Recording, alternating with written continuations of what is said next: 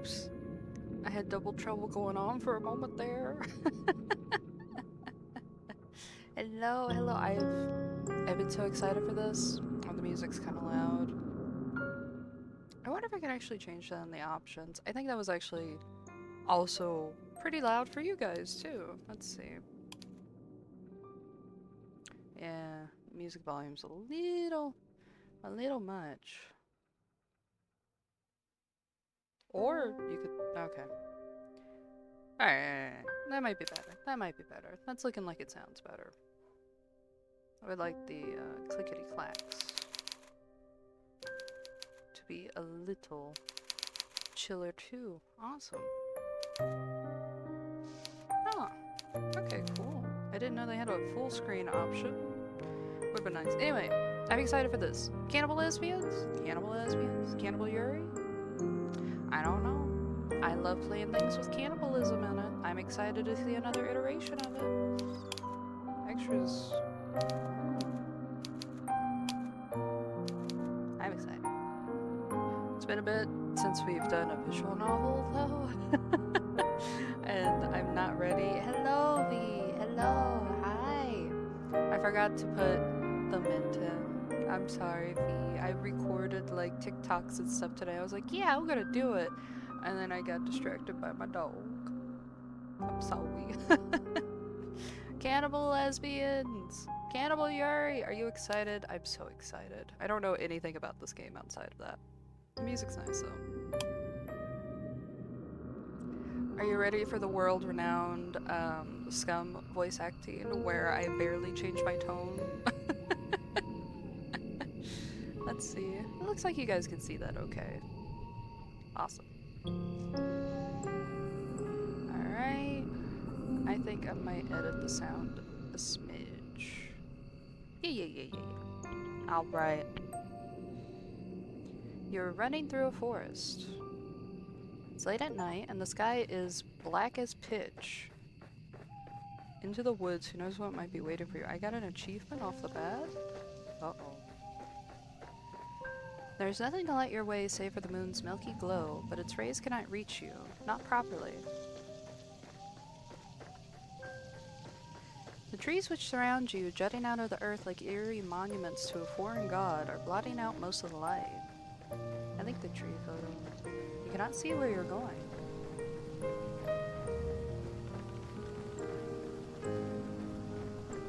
This music's nice, but oh my god, it's so loud. It's so loud. Even if you have commenced your flight at a more sensible hour, however, with the light that this... Hold on. Even if you had commenced your flight at a more sensible hour, however, with the light of the sun to aid you, it would be of little use. You do not know where you are going. You have no map, no route, no plan. You are running like a frightened animal, anxious and nervy, with no destination in mind. You have no desire as you run, save to escape. You cannot let yourself be caught. If that were to happen, you are certain that you would be ruined. You have no choice, therefore, but to keep going, on and on and on, though your feet are screaming at you for mercy.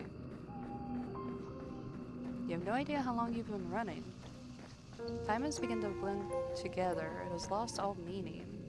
Something sharp snags at the hem of your skirt, but you do not have the luxury to pause and examine what has happened. Instead, you tug. Your skirt tears, the sound splitting through the forest, and you stumble forward with a shocked gasp. You are free, but at what cost? Sorry, I always say like, but at what cost? All dramatically, like every time I wake up and everything. It just made me giggle immediately. Your skirt has been irrevocably damaged. It might be too late to worry about such trivial matters now, though. If you do not start running again, and soon she will catch you, then your life will be over. You do not know if she's still following you, but you do not want to risk looking over your shoulder. You might have to, bud. If you were to see her silhouetted beneath the tree looking at you with that sickly sweet smile which once ensnared you, you would lose what little nerve you possess. Your legs would lock up and your blood would freeze in your veins. Then you would crumple. You would fall, but you would not hit the ground. She would be there to catch you. Did she not promise that when you made that contract, that you would never be alone? would like to take back that silly wish of yours, but it's too late for that.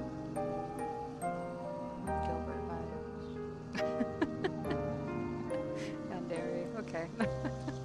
It's too late for a lot of things. All you can do is run. You run and run and run while icy fog swirls around your feet. It is too cold enough to sap the heat from your body, and you shudder from it. It feels as though you are drowning. It feels as though you are being buried alive. Your knees and your shins, meanwhile, are bleeding. You cannot endure much more of this, but if you value your own life, you must. You run, and you run, and you run, till at long last you reach a fork in the road. There are 3 paths which split off through the forest. Well, 4 if you count the path down which you came. You cannot exactly double back on yourself, though, not when you put so much effort into running forwards. You can only press on. The 3 paths are signposted, which is something of a strange sight, given that you are so deep in the forest. Dark though as it may be, you've grown accustomed to the shadows. You can just about pick out the writing on this old, dilapidated signpost, curved and slanted though it is. Your fate, if you will forgive me for sounding cliché, is in your hands. Now I wonder, which path will you take?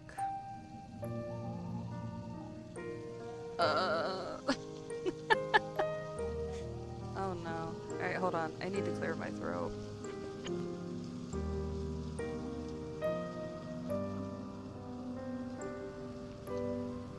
My roommate decided to bring me a sweet treat before I started streaming, but it's ice cream and like a slushy thing, and it's like immediately coated my throat. I'm like, oh.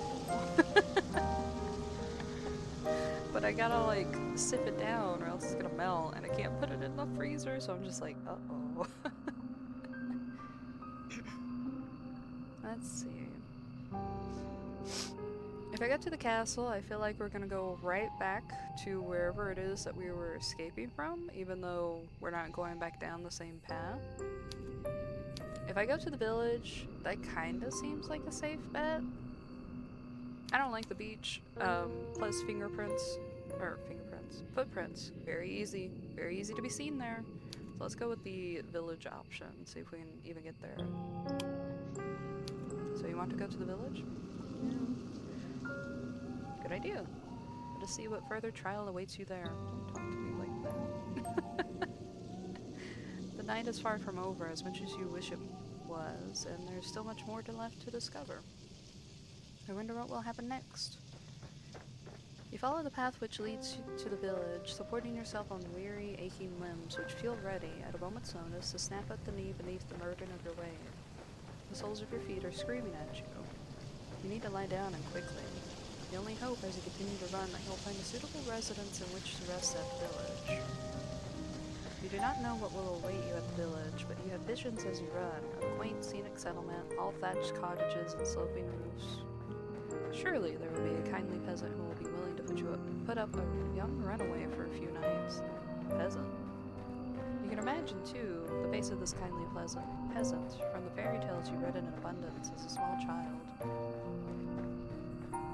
Peasant. She'll be broad-shouldered and ready-faced with dull brown hair crammed beneath the cap. Her arms will be sturdy from many years of washing clothes and milking cows, but she will be kind to you and compassionate, just like a mother. You do not know what mothers are like. You hardly ever spoke to yours. Oh, okay, we're rich, huh? You're only guessing. You are not a complete fool, however. Despite your tendency to daydream, you do have a few reservations. Peasants do not, as far as you know from your voracious reading, have much money, nor do they have much food. It might be hard to convince a resident of the village, even the kindly washerwoman of your fantasies, to take in a complete stranger. Still, you must try. That is all you can do, really. So you run to the village. It takes some time before you can finally emerge from the woods, but finally you manage it. How much time, you ask? I cannot answer that. Did I not say that time had begun to lose all its meaning? Why is the narrator getting sassy with us? The forest is behind you now, at least in all the awful nightmares which dwelt within it dwelt. It is still cold, though, and still foggy. It's still dark, too. The sun is yet to rise. You can see the moon more clearly now, though as it hangs above your head, round as any pearl or orb or crystal ball. The moonlight shines down upon the village, nestled among the hills like a diorama. Hope anew bubbles within you. You have finally made it. Surely not but your salvation awaits you. I think we picked a bad choice. You follow the winding dirt path through the village, looking this way and that, but your hope, such a precious, fragile thing, soon begins to fade. The village up close does not look half as welcoming as you imagined. There are cottages, yes, but they are in a state of disrepair. There are holes in the roofs and holes in the windows. Most of the doors are tightly shut, but others are gaping open, the kitchens beyond them even darker than the night sky which shrouds you. There are no lights on in any of the windows, and neither can you see any people, insomniacs like you, at the... This game's calling me out. Hi, Nico!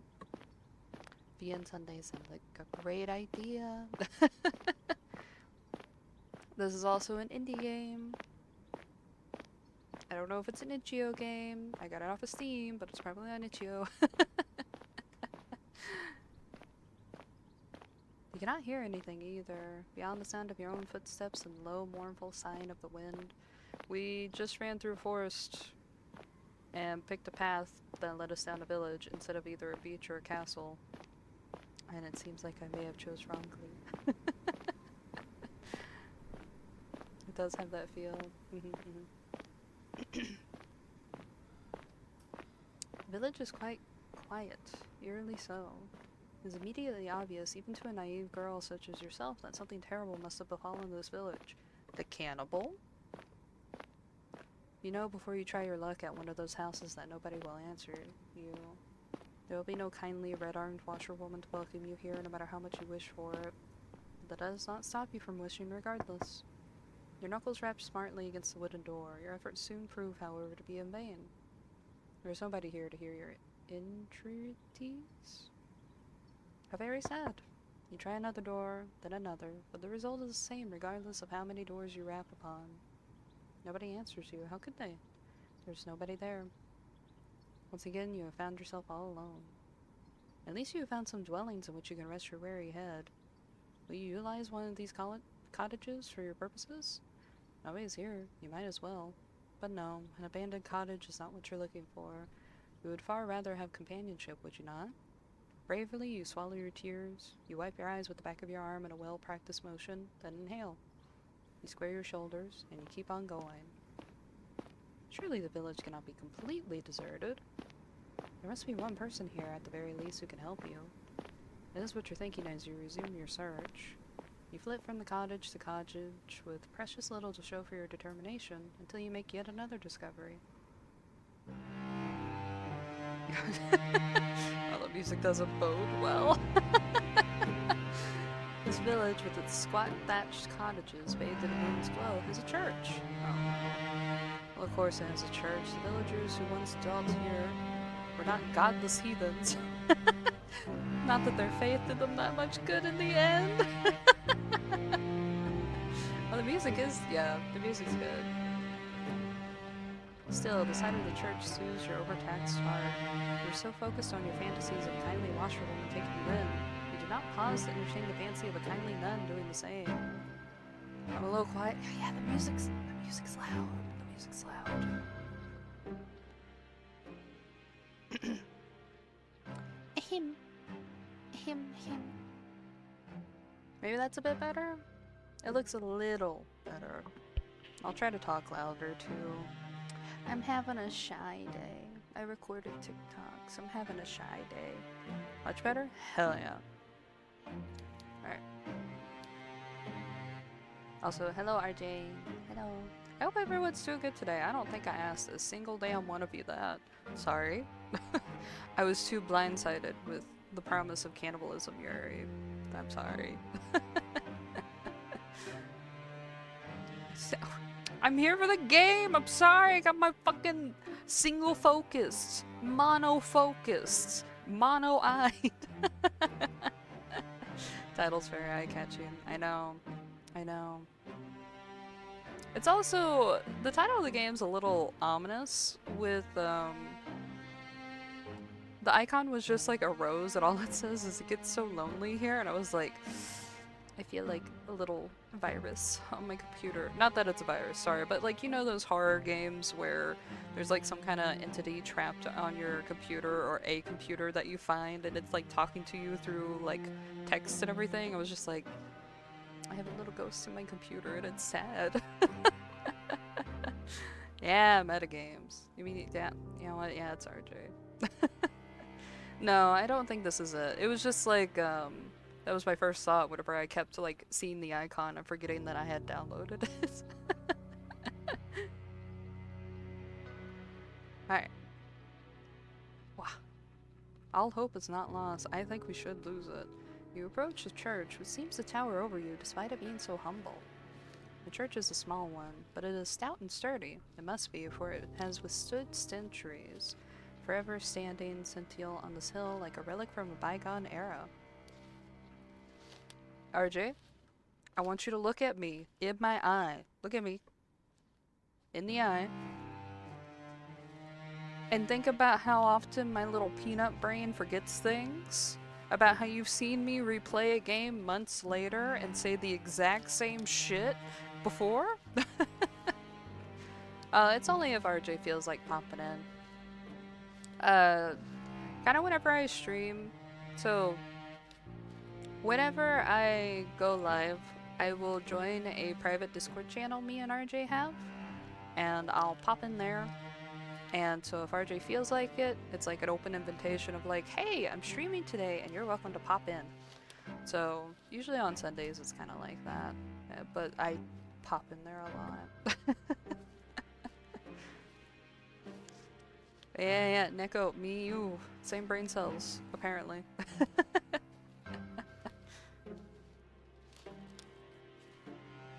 The church does not have any stained glass windows, but it does not need them. Even without more luxurious trappings, this church still exudes an aura of dignified solemnity. I'm butchering some of the words in this, I'm so sorry, game makers. The stone building is fringed by a sizable graveyard, one which occupies the rest of the hilltop and some of its sloping sides. This does not bode well. Yeah, there's that information too from RJ. The graves, which have been planted by generations of wardens, are hewn from similar stone to that which the church's walls are made out of. Oh.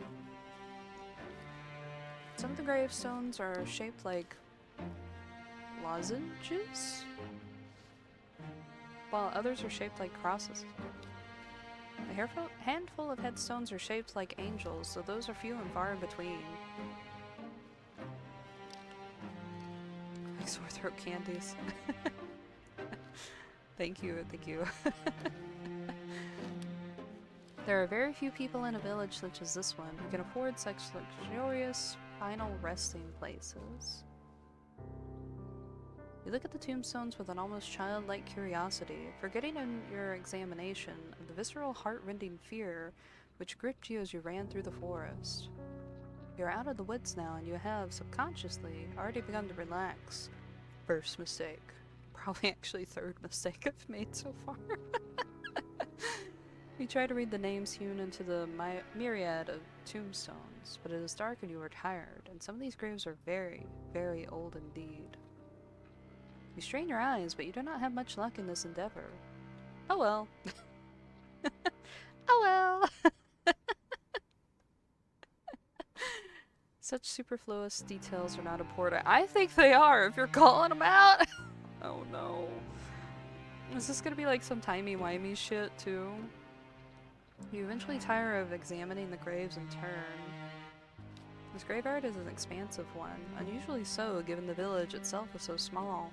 How can it boast so many corpses? And there is much to explore. You walk about the perimeter of the church, casting your gaze first here, then there, then everywhere, consumed as you are by your immense all-encompassing curiosity. That's just me. a little superstitious, just like a smidge, just slightly. And as you do, you see her. Fuck. She looks like an ordinary- oh no, this is not the one chasing us. Okay.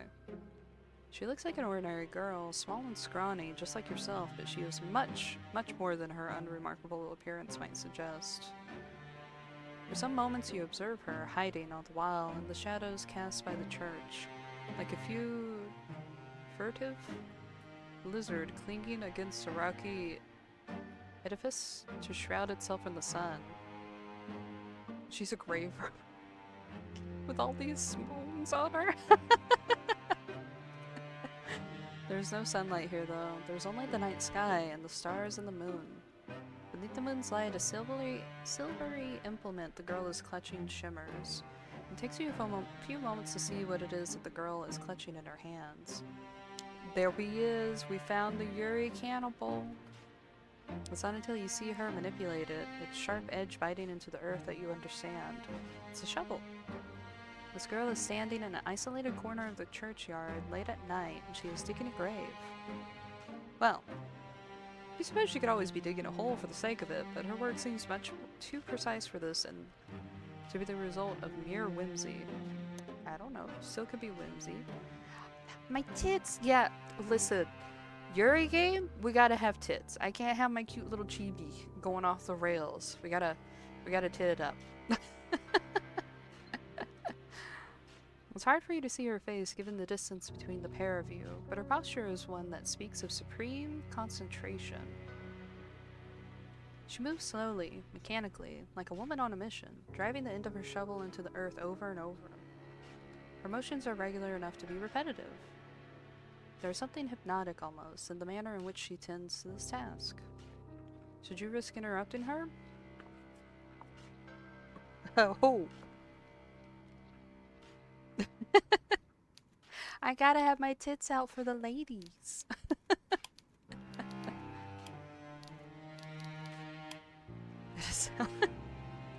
No, I was talking to RJ last night because RJ was working on getting the Pngtuber stuff set up. And I was like, oh, I wanted to use my Chibi model tomorrow, but then I remembered we were going to be doing the Cannibal Yuri stream. Aw, thank you, V.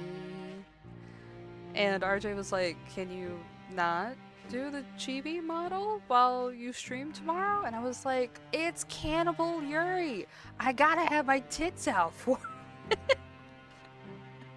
I wish I could explain. It sounds like sound logic to me, but maybe not. I'm gonna interrupt her. Do you dare? You get the feeling that she would not appreciate it. And we appreciate the sentiment. Everyone loves titties. I wish I could make it bounce. And kinda bounce. But they don't really have physical physics. Can I have the tits out? I feel like having a chibi for this game, you would just constantly see me like have my mouth open like wah, and that's it. The shovel in her hands, meanwhile, is rather hefty. If she wished it, she can cause you no amount of small damage with it. Cold anxiety makes your skin prickle. You do not know if you should risk speaking to her when she is in her dark cloak with her shovel. Looks so very strange. What do you have left to lose? That's right, baby. I had one decision so far. We had a fork in the road that was either we picked to go to the village, we picked to go to a castle, or we picked to go to the shore. But we were being chased, and so my logic was the castle might be whoever's chasing us. The village sounded like a little bit reasonable, and the beach did not sound reasonable because I was like, our footsteps are gonna get tracked in that bitch. We're just gonna keep running with nowhere to hide. So, I picked the village. What do you have left to lose? You've come this far. It would be folly to turn back now. It is within the thought of your mind that you decide to approach the strange girl. Your footsteps are quiet. You've grown accustomed to slinking around like a cat, but they are not quite enough. The girl's senses must be finely tuned because she blinks. Then she turns. Your eyes meet, and once they do, you feel your breath catch in your throat. Oh, only a few choices. Okay, good to know. You did not have a clear view of this girl before, concealed as you were in the shadows, but now that she's looking at you, you can tell that she is pretty. Her skin is very smooth and her hair, though obscured by a dark hood, is very fair. Her eyes, meanwhile, are clear, cool blue, like ice. Those eyes of hers, which are large with unease, are fringed with very long, fair eyelashes. She looks as though she has stepped out of the pages of a picture book. She is simply too perfect to belong in this world. Perhaps she is some kind of vision, a waking dream, a hallucination. We are gay. But no, she is none of those things. The shovel she is clutching in her hands looks solid enough, its pointed tip glittering wickedly in the moonlight. You steel yourself, expecting perhaps some sort of outburst, but the tension soon drains from the girl's slender shoulders. Her fingers, which were once gripping the handle of her shovel tightly, relax. Her lips curve upward at the edges. She's smiling, and what a smile it is. It is transformative. When she smiles, she looks radiant, angelic almost. Hers is a smile that is so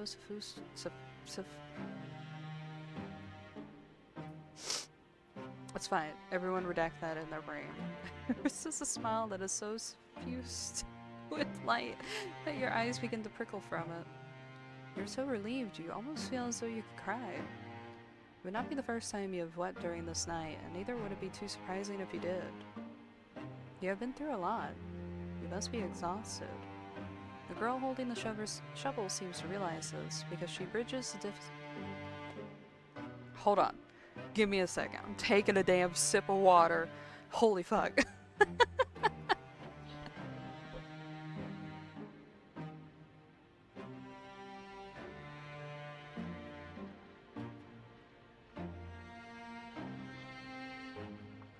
I can tell it's been a while since we've read a text-heavy game whenever I'm stuttering over every other word. Oh boy.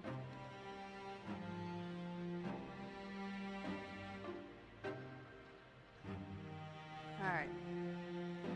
The girl holding the shovel seems to realize this, because she bridges the distance between you cautiously, as one might approach a skittish cat. Reading is hard. Then she says, in a rough voice which does not match her dainty appearance, well, she does live in a rural village. What were you expecting? Oh, it's so good to see another person. I was afraid I was the only person left alive. The only one in the whole world. Now this is quite the effusive greeting. Her introductory speech is riddled with exclamation marks. She is rather more personable than her appearance would make one suggest. You, a well-bred young lady, couldn't help but feel overwhelmed. It is now your turn to be on your guard. Anxiously you observe the girl with the shovel and you ask her what she means. What happened? Is there also called ejaculation? No. No? Do you not know? There's an awful lot you do not know. So much, in fact, that it would feel a whole encyclopedia. Sorry. When you exclaim something, you ejaculate. Alright, RJ. No, a whole library. You shake your head, ashamed at your ignorance, and the girl frowns. Kara seems to be skipping over the whole digging a grave bit, right? Right? She's over here like, oh, I thought it was the only one left alive. It's like, why are you digging graves or undigging graves? We're gay. We're not questioning a damn thing. We see pretty and our mind just goes blank. Things I learned. I ejaculate a lot. I feel like that's important to know about yourself, Neko. You shake your head, ashamed at your ignorance, and the girl frowns. Oh, you mustn't be from around these parts. I guess you should have known. This village is a small one. Everyone knows everybody else. The girl's expression falls. At least they used to, back when there were still people to know. That ain't the case now, though. Not after the plague. There was a plague? It would certainly explain why the village, when you would walk through it, was so quiet. Girl, how fucking rich are we? That's what I was thinking! Like, how rich are we if we didn't even realize a plague was there? Plague of Cannibalism. It's the latest zombie outbreak. would certainly explain. Oh, I already said that. Did everyone else succumb to this mysterious illness? You think we're from a castle? She said that we were a well-bred young lady, and she called everyone in the village peasants right off the bat. So we're either from a castle, or we were kept in confinement for a long time, and we only read storybooks. So, 50-50.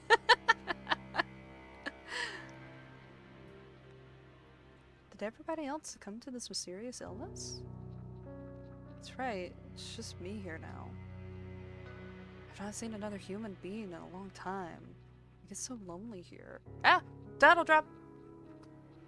Now that is an interesting turn of phrase. It catches inside your head like a burr. Have you heard it before? You do not have much time to ponder this, however, because the girl takes a step towards you. She said the title! Oh, how important is that phrase? Oh, but where are my manners? They must have gotten rusty after being on my own for so long. My apologies, miss. You look like you've come a long way. You said you were a traveler, yes? Your hands are very cold, just like ice. Would you like to come inside? Maybe have something warm to eat and drink? My home's small, I'm afraid, and my food ain't nothing fancy, but I'd be more than willing to share. It's not every day another girl stops by, especially not as one as pretty as yourself. I'm feeling very blessed. Everyone's so outwardly gay! I love this game! The girl laughs, a carefree, airy sort of laugh, which does not match your initial impression of her. You thought when you saw her among the graves that she would be more distant somehow, and more mysterious. Ebihime does a lot of gay visual novels. Hell yeah. Everyone loves Yuri. I realize that a lot of the romance stuff I read does tend to be Yuri. I never connected the dots on that. I was just like, oh, this seems interesting. Like, manga-wise and stuff, not with video games often. Perhaps you were mixing her up with somebody else. Ooh, are we gonna be an unreliable narrator? RJ, don't answer that, because it would ruin it. You're still unsure if you can trust this girl, but her invitation is an appealing one. It's much more appealing, certainly, than spending the night outdoors, in the cold, kipping on the graves. What are you, a romantic poet? Please? The narrator's just going like, girl, please, get on with it. You make a show of pondering the girl's invitation. At the very least, you do not want to appear too eager, but your acquiescence is, alas, oh, Jesus Christ, we came to the conclusion, okay?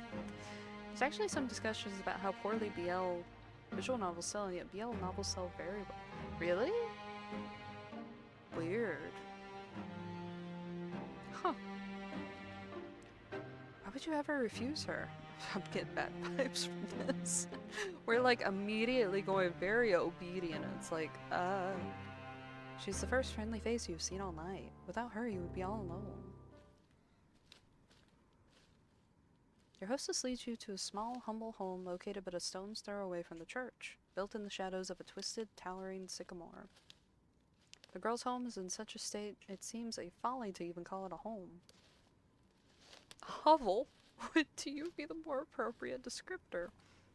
But when your hostess leads you inside, her eyes alive, and she says, "Here we are, home sweet home." You don't have the heart to tell her that you don't find her home a very homey or very sweet. Yeah, Yuri visual novels do better than BL, and I think there's something there to look into, because when you move from a game to a manga or written novel, Yuri does poorly and BL does well.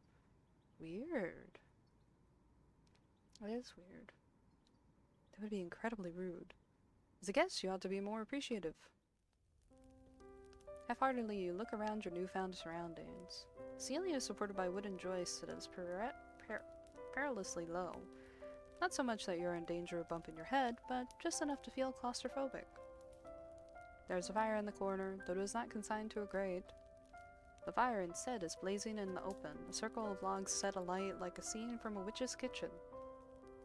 Above the fire hangs a silvery pot suspended from one of the wooden eaves.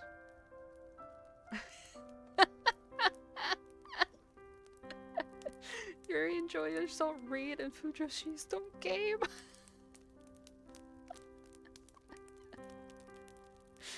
That's it. We found it. We've connected the dots.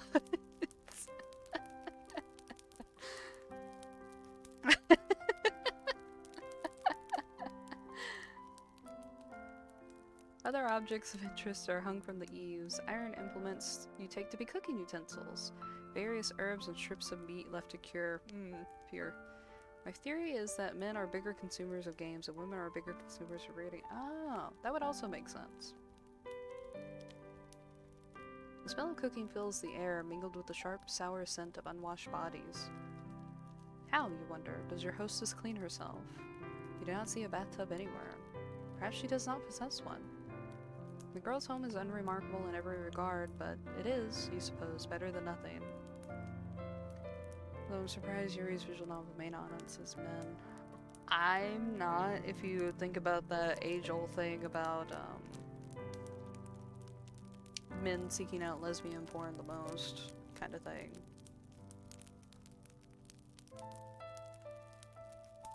At least there's a roof over your head and food put in your belly.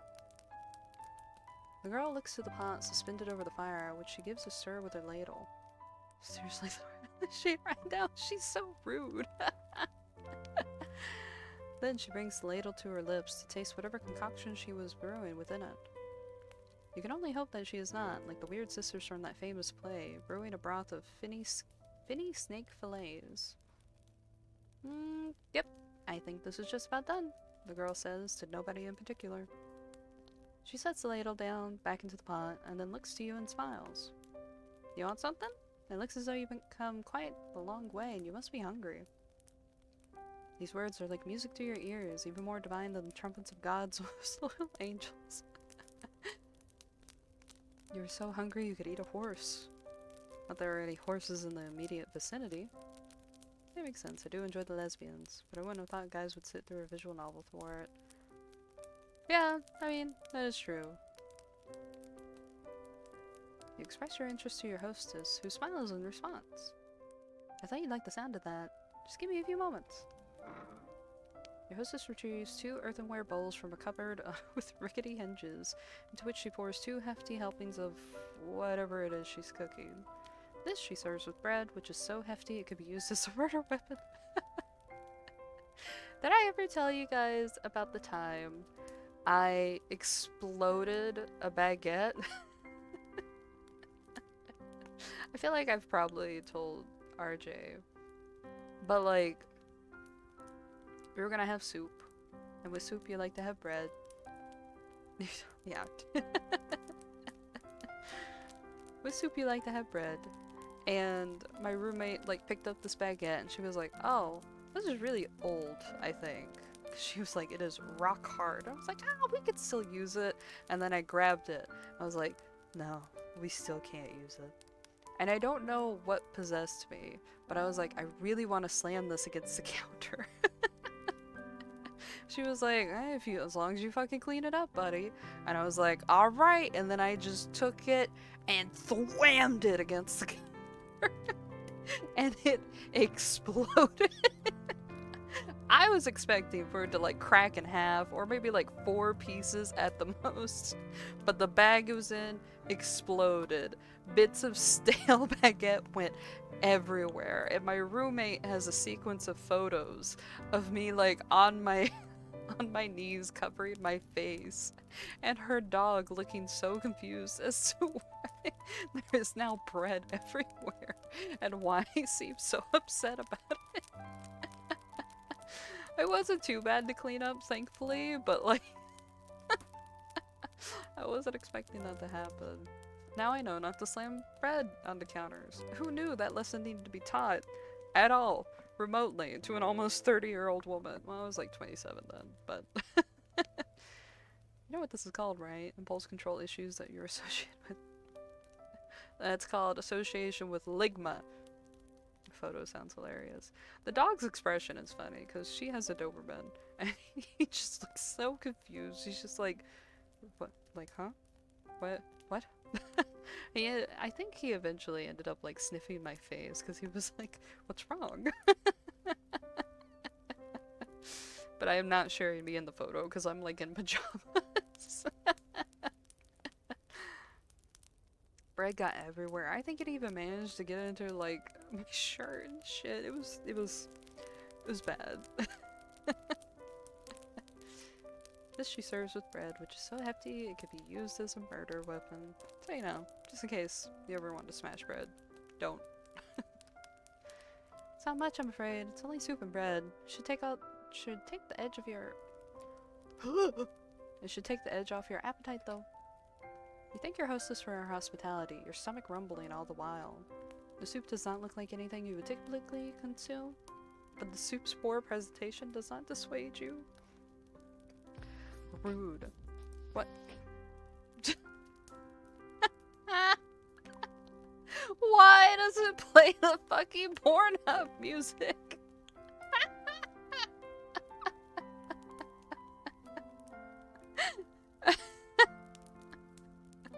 Thanks, RJ. It's true enough that people eat first with their eyes, but when one is hungry enough, one becomes obliging to eat almost anything. Tits out, tits out. Why else do you think that people, when stranded upon desert islands, will resort to cannibalism?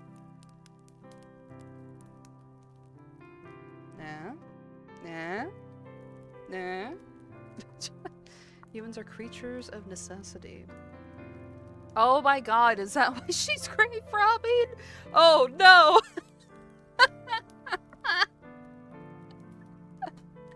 Is she eating the fucking plague victims? Oh no.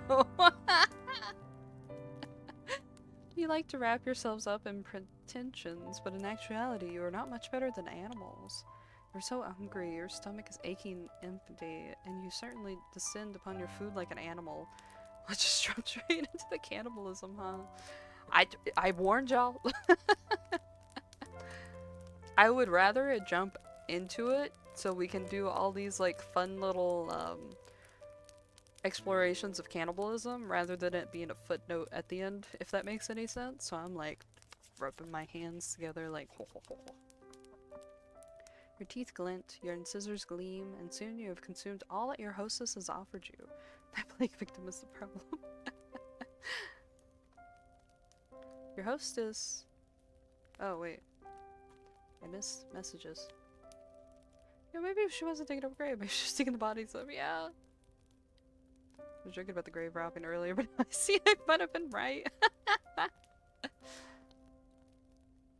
Your hostess watches while you eat, and she giggles when you have finished. Did you enjoy that? Oh. You catch your hostess's gaze, suddenly abashed. You were so hungry you failed to account for her judgment. Now you have some food in your belly, though, and you've been suitably warmed. Your old self-consciousness is returning. Plague! Hello! We were just talking about plagues. Hi! Did you not make a fool of yourself? You demur shyly, looking at your lap, fearful all the while of what your hostess might think of you. You do not want her to take against you. Fortunately for you, however, and for your fragile ego, your hostess is not the judgmental sort. She is not like the girls you grew up with. Well, I'm glad you enjoyed it. It's nice to see my cooking being... Whoops. It's nice to see my food being appreciated so heartedly. Hee hee. Tried to sleep early, now I'm here. Oh no, plague. I hope you're able to rest later. I know I'm not the best, but I've been practicing for a long while. I used to cook for my father all the time, you see. And now I cook him. Just in time for Yuri cannibalism. This remark catches your attention. Quizzically, you look at your hostess, your abashment over your animalistic eating habits suspended. What happened to her father? It seems a grim thing to contemplate after having eaten, but didn't your hostess mention something about a plague? Yes, your hostess says, her voice soft now and serious. That's right, there was a plague. And what of the villagers? What of her father? They're all gone now. Gone? Yes, you see, your hostess rearranges herself upon her chair, one slender leg folded over the other. Then she begins her tale in earnest. My family has a history. We've lived here for centuries by the church, so we can tend to the graveyard. Ah, so this abode is centuries old then. It would certainly explain the dirt. Girl. My father used to prepare bodies for burial back when he was alive. Built the coffins and dug the graves, and he lowered the coffins into the dirt. I know it might sound like an awful job, but somebody's gotta do it. There's no sense averting our eyes from death, not when it happens to the best of us. It's a noble profession, one that's been handed down in our family for generations. My father's father was a gravedigger, and so was my father's father's father, and my father's father's father's father. Digging graves is in our blood. It's who we are. Aye, my. That was a surprisingly pretty speech coming from a girl who lives in the countryside. Damn! A girl who is without much in the way of education. Okay. No wonder we get killed and eaten if that happens in this game. As a parent, just to listen to her and the way she slurs her syllables together, that she has never had any elocution lessons. Not like you. Oh, ad break. Assuming a lot there, right? Since it's an ad break, I'm gonna slurp on the icy thingy that my roommate got me.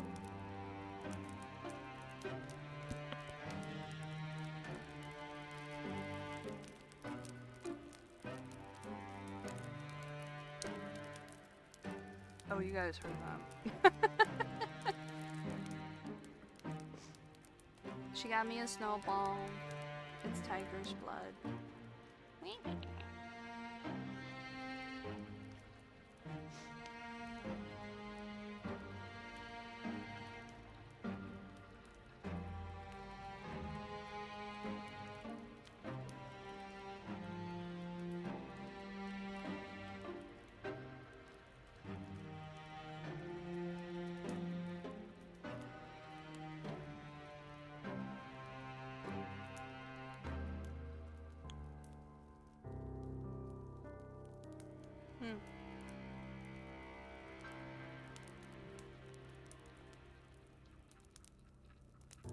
There we go.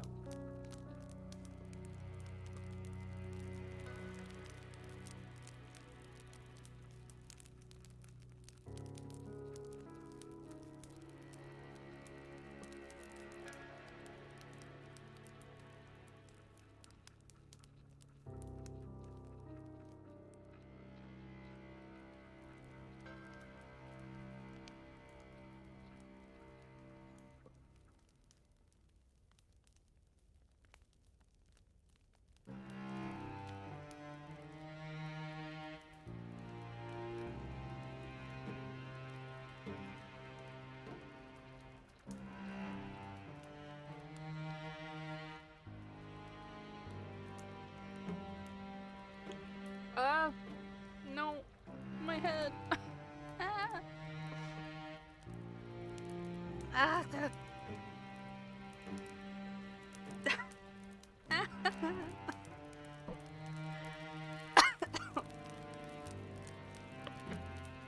It's too cold. It's too cold. I got my head, my throat, my back, and my teeth all at the same time. Oh, just an avalanche of cold. Okay. Sorry. That's over. Yay! Let's see. Super interesting to think about how dealing with death is often regarded as lesser work. I wonder if it became that way because of plagues and sickness and rich people not wanting to deal with sickness. Or may as MVP. We get each other food a lot. Like sometimes if we're going out, not like every time we go out, but sometimes if we're like, hey, I have the spare money, I'm going to this place, do you want something? We'll buy each other lunch and stuff pretty often. It's probably just because it's generally dirty and smelling very hard label, not so much the death itself. Doctors deal with death all the time, that's not a lesser profession. Depends on the culture, both are true. Because the plague. The plague! The plague!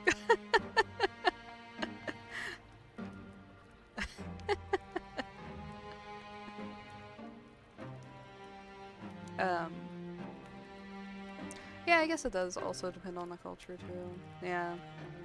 I don't know. It's very interesting how classism presents itself between different cultures and stuff. It could be with Western cultures and everything, it has like a lot of heavy classism associated with it, and it's like, oh, rich people don't want to get their hands dirty. They don't want to risk rich people getting sick because who else are gonna quote unquote take care of the peasants or something? I don't know. Listen, I'm a modern fantasy girl. I'm gonna stop yapping about that because I don't know enough.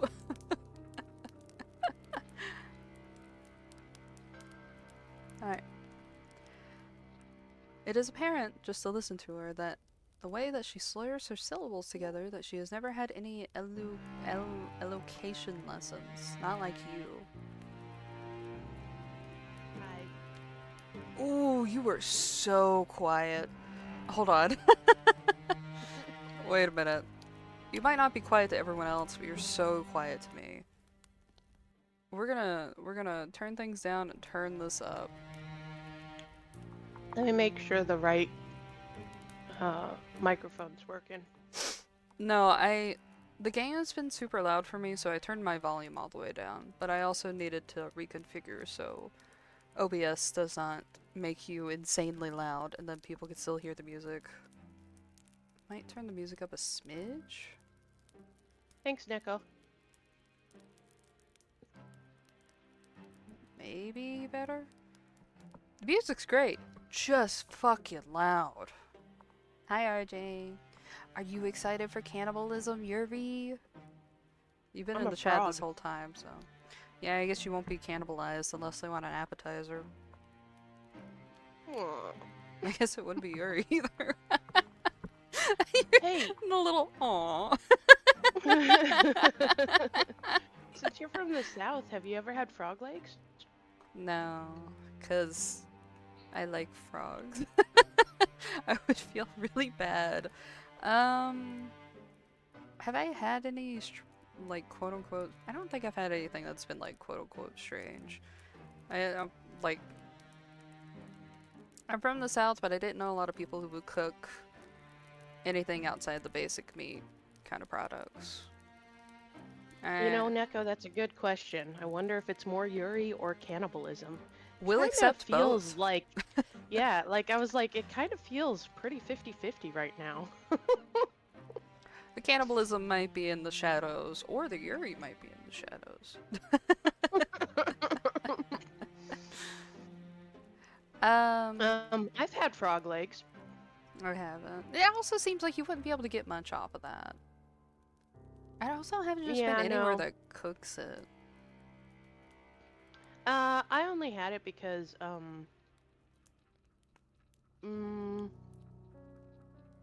long story, and I'm trying to figure out how to do it. Family gathering of people who are not my family in the South. Okay, and I like to try most things once, you know, at least to go, okay, yeah, that's for me. It just tastes like really salty chicken, honestly. Does not sound appetizing. It's not really. Like, I wouldn't eat it again. I had one, and I was like, okay, that's good enough. I've also had alligator. I haven't had a chance to have that. I've kind of been interested in that. That one's more interesting because it's very meaty. Like, I'm guessing you've also not had shark before either.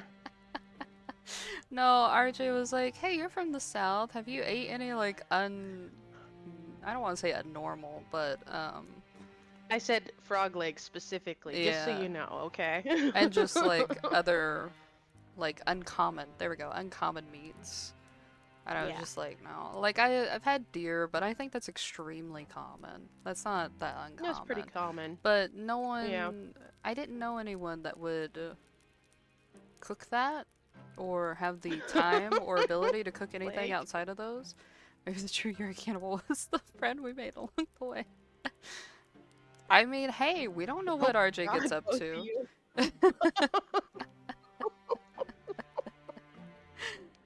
I thought I've had rabbit before, but I don't really remember it. I know my dad's had squirrel, but that's it. Well, that one's uncommon. I feel like That one was probably like whenever him and his brother were out doing things. His brother likes to hunt. And it was probably like, let's try it out once kind of deal. I lived deep enough in the woods where people probably wouldn't have problems cooking that, but most people just didn't because who has time to do all that? Yeah, but it's still uncommon. So squirrel, that's interesting. Cow It's not tongue. that. Cow Yeah, tongue makes cow me tongue. want to squirm because it feels like the texture would be really weird. Oh, the dogs are going Yeah. crazy. You talk RJ while I scold dogs. Okay. Um, I mean, obviously, I'm in Japan now, and they do a lot of cow tongue over here, compared to in the U.S. where you hardly ever see it. My wife tried it, and I'm just like, I'm not ready to try that yet. Not because it sounds gross or anything, but because I imagine the texture of it, and I have autism, and I get food avoidance based off of textures, so trying to because it's all muscle. It's the tongue is all muscle. So I'm just like, not sure if I'm into that. Mostly text. Oh, No, no, I wouldn't be able to okay. do it. I wouldn't be able to do it. No. She did I say that it was pretty good when she got it here. And I was like, I'm just not ready to try it yet. She's like, it is a little tougher, but not much. You like Deco just said that you wouldn't really know unless you knew. I have a hard time eating steak sometimes because of the texture, and especially if there's fat on it. Oh my god! Every time I have fat, I want to throw up. Like the grizzle, the blobby Well, pieces. good news is cow tongue has like no fat. Doesn't help with the other texture issues. Oh, the dogs are going ape shit. Ugh. We can't even hear him, just so you know. Not that you shouldn't scold them, but I'm more worried about the neighbors being upset by how much they're barking. Yeah, just a huge chunk of unrindled fin. Yeah, right? And people love it. People love it with steak and everything. And I'm just like, what? Oh, maybe I shouldn't make throwing up noises. Some people are sensitive to that. Sorry. Um, Scum over here, triggering everyone. not on purpose.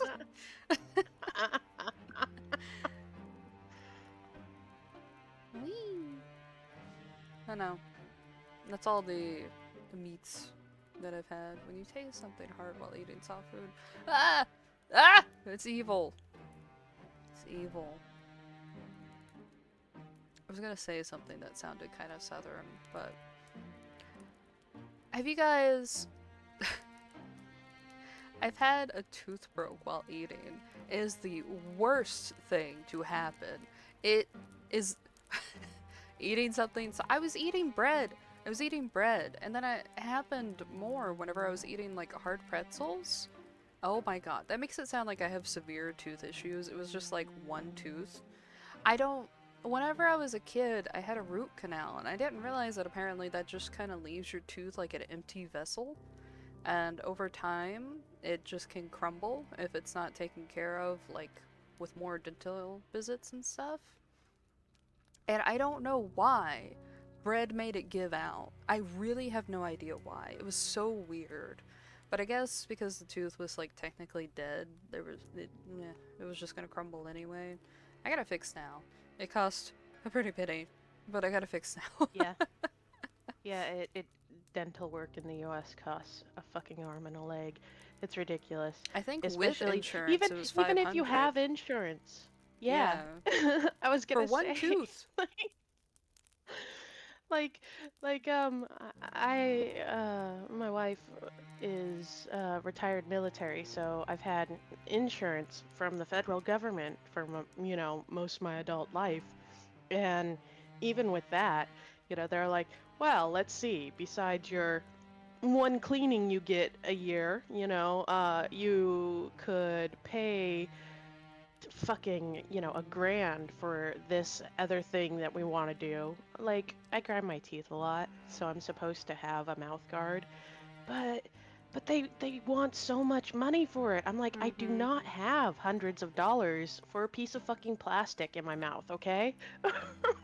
Every time I go to the dentist, they always want to talk me out of having a double tooth, which Oh, I yeah, don't yeah. really know how to explain that one that well. Let me think, because I just sent you I pictures of can. it, but I'm not putting pictures in chat of my teeth. Thank you. So some people end up developing a second set of adult teeth for certain teeth, especially the incisors. So that's all it is she has two in the same spot because the other one didn't fall out or anything else. Yeah. And dentists are always like, whoa, I've never seen this before. And I'm like, okay, it's not that big of a deal. Because it's not super noticeable. But I guess whenever really it's isn't. like a dentist, like from certain angles, Yeah. it's a lot more noticeable. But like, it's not it's not anything crazy. But they always want to take one out. And I'm like, well, if whichever one I take out, it's going to be really weird. Because one of them looks pretty normal. And then the other one is like really diagonal and stuff. But it also like helps make the first one look normal. So I'm like, no, I don't want to take it out. And they're like, come on, don't you want it to look nice? I'm like, I don't care. It's normal. Because they're making it sound like I'm some kind of like wild toothed beast. And I'm like, no, it's not that noticeable until I point it out. Little Oh, vampire Nico. fangs. That's cute. Oh, sorry. Maybe Did you you don't never want to get say adult cute, but ones that or what? tooth beast. Tooth beast. I'm gonna start calling vampires I actually tooth knew beasts. someone at 16 who was still losing their baby teeth, and I was just Whoa. like, what the fuck? I didn't know that could happen. Yeah, I know. Oh, you have both. Okay, okay. Neo vampire And fangs. and it was just so shocking to me because your wisdom teeth, which are supposed to come in after 18, you know, I got them at 16. They started forming at 14. So when I met somebody who was like on the opposite end of yeah, their teeth forming, you know, where they still had baby teeth at 16, I was just like, what the fuck?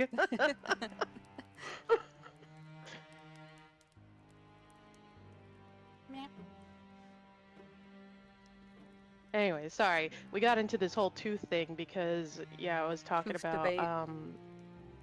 eating unconventional meats, and then we got into cow tongue, and well, Whee!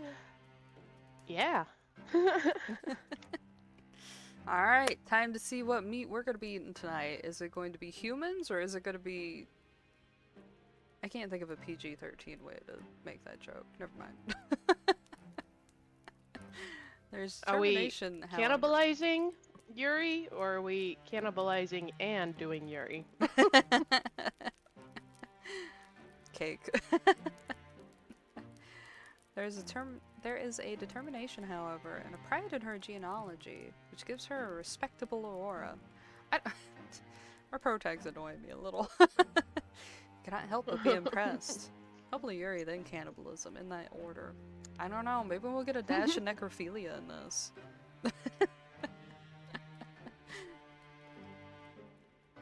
Neko said the same thing you did, just not hopeful. We have two very different expectations. A sprinkle. Just a dash. Just a sprinkle. Whoops! I skipped things. No! No! What is this? It looks like you can There we go. back or probably read the log. I had something on my enter key and it was bothering me and I couldn't tell what it was that I actually hit it twice. Cannot help but be impressed. So you ask your hostess, does that make her one in a long line of gravediggers? Are we gonna be going to exclusionary practices with the family line? Yes, your hostess, the gravedigger, says, that's about right though, I was never supposed to be a gravedigger myself. It's not a woman's profession. Nah. That's what everyone says. My father didn't mind that, though. He taught me everything he knew and then some. I might be a woman, but I've had plenty of upper body strength. I can dig a grave just as well as my father could, without breaking a sweat. To the despair of my mother up in heaven, I'm sure. I'm sure if she was still alive, she'd rather I focus more on feminine pursuits, like basket weaving and sewing, or to better attract a suitor. Not that would do much good now. Somebody around who'd court me, not for miles and miles. Hey, baby. I'm just kidding. What happened to her mother? She died when I was very young, during childbirth. I was only 5 years old. Oh, well. She gets a lot of protein, you know, from the people she eats.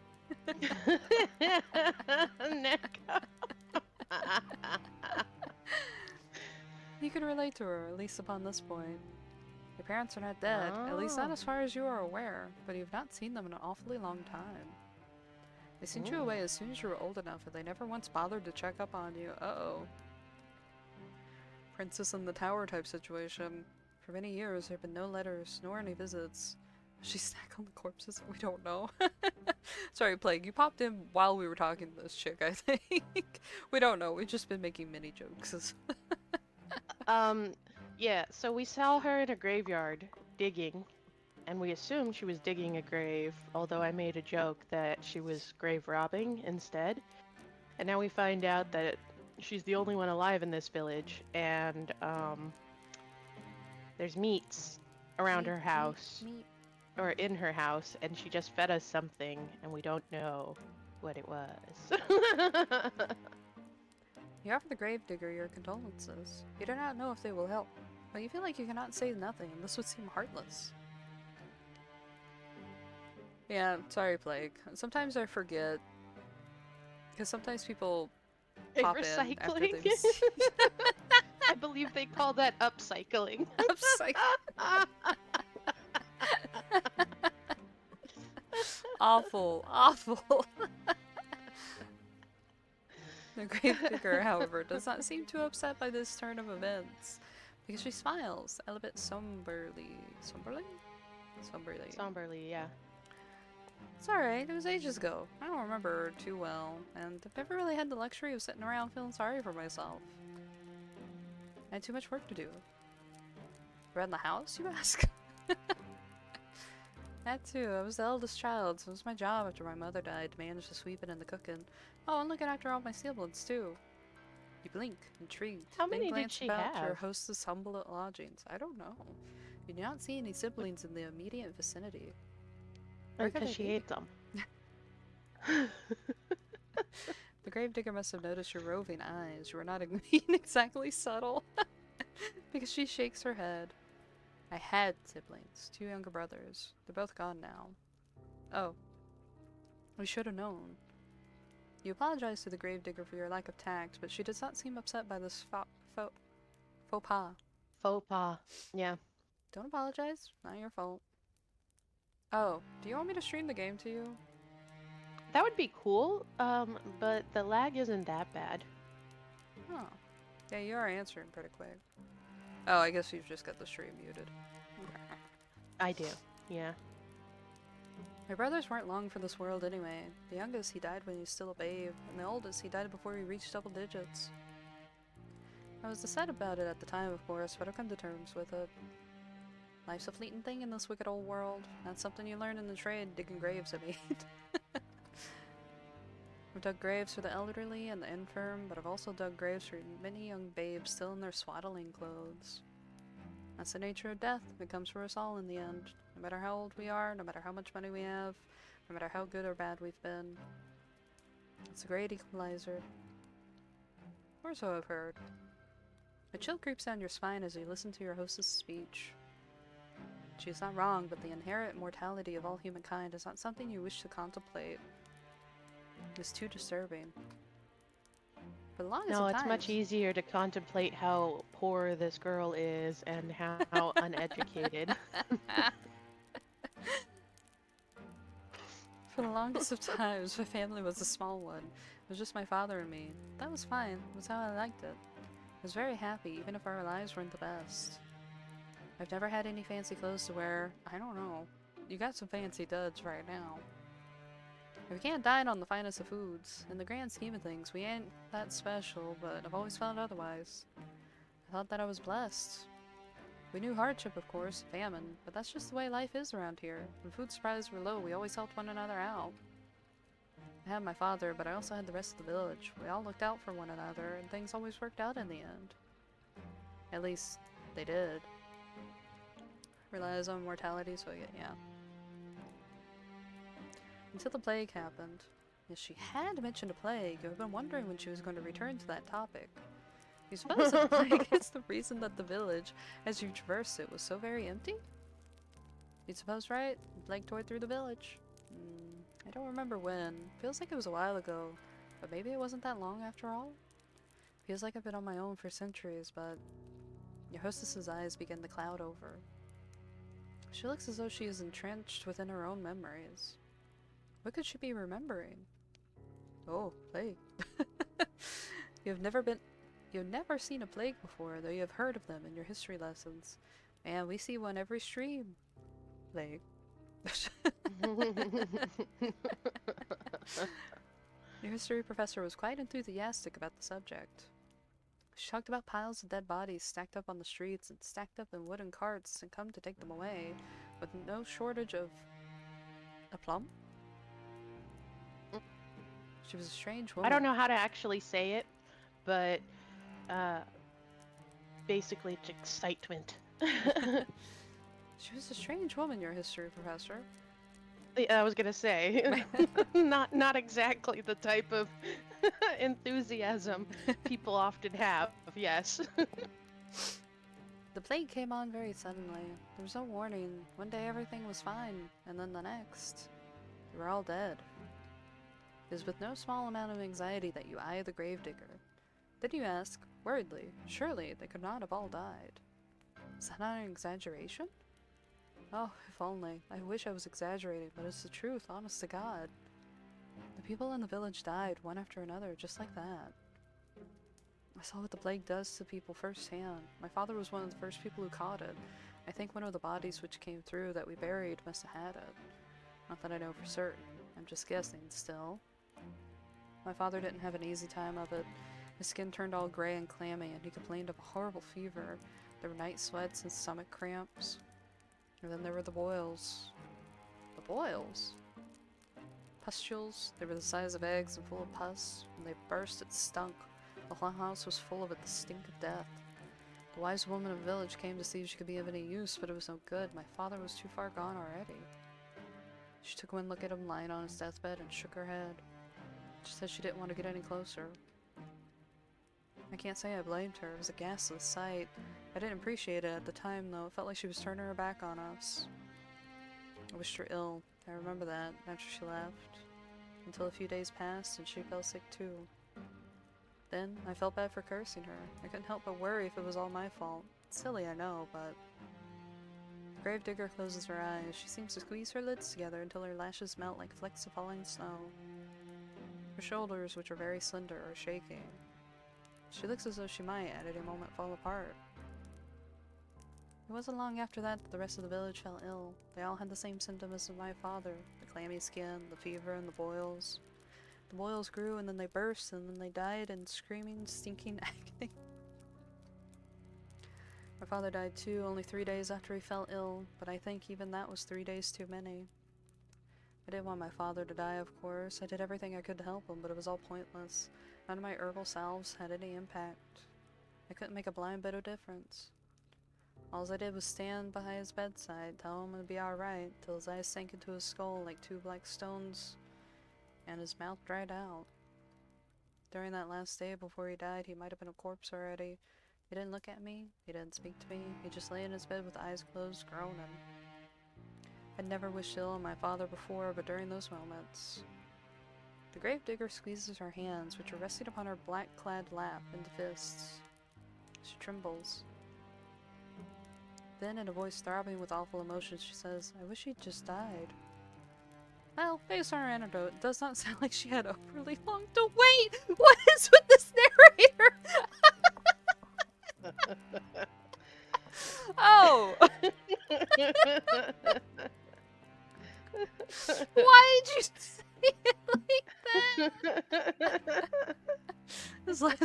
for eat the But women, only but the all hot hot ones, Neko.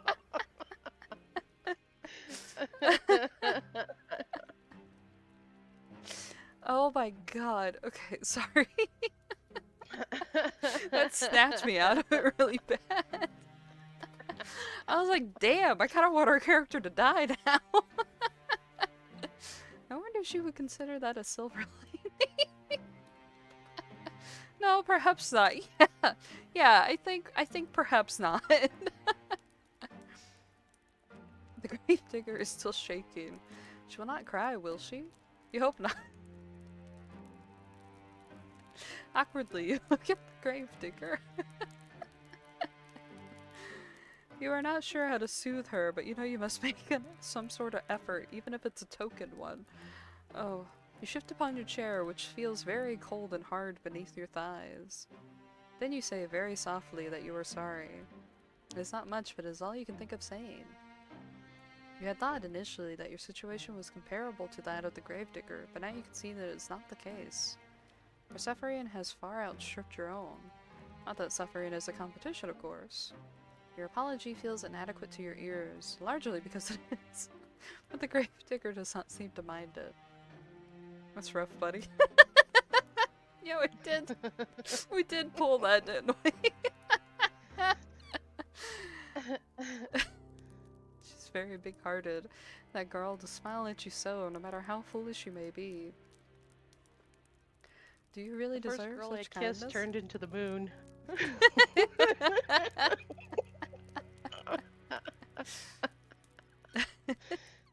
That's rough, buddy.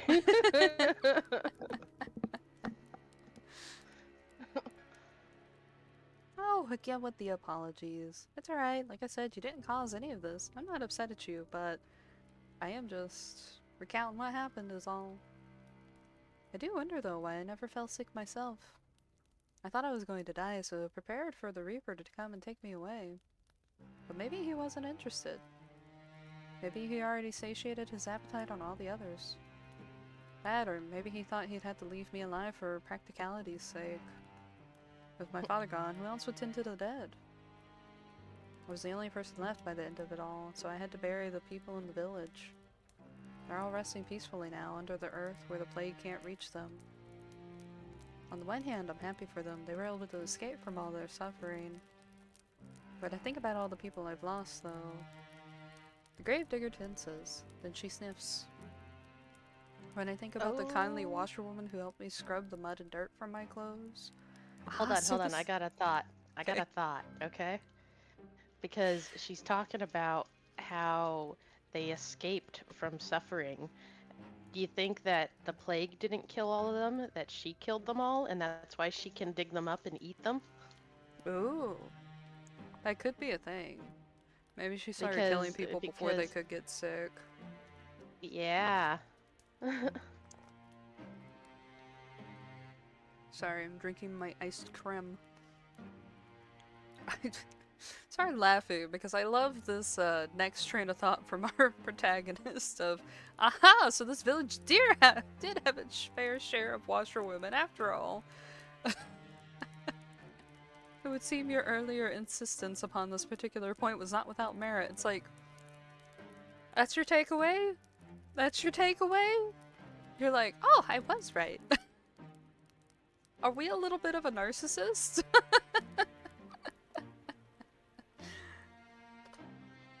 And the handsome young farmhands who used to flirt with me? The priest who preached at the church, who told us wonderful tales of paradise, and the children who would skip stones on the lake and play hopscotch in the streets. I can't help but feel so lonely. The real twist would be the MC being the actual cannibal, and that's the reason she had to run, right? The gravedigger's eyes begin to shine. Once she has finished her address That's why she tears, was sent away to a tower, you know? That's why her parents stopped talking to her. They were like, they're like, "You're this a is the fucking 5th cannibal." maid that you've had! Like, Jesus Christ, girl! She got sent to a tower for being peculiar because she had a fascination with women. And it's like, oh, this is because I'm gay. And the parents are like, no, because you ate the 5th maid. Yes.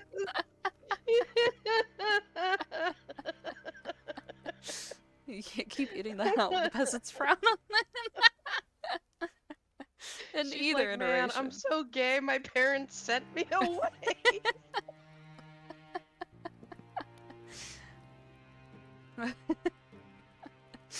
Sorry, I just love like the idea of like I kept eating out the help. It's like no, because you kept eating the help. Eating. This is hilarious.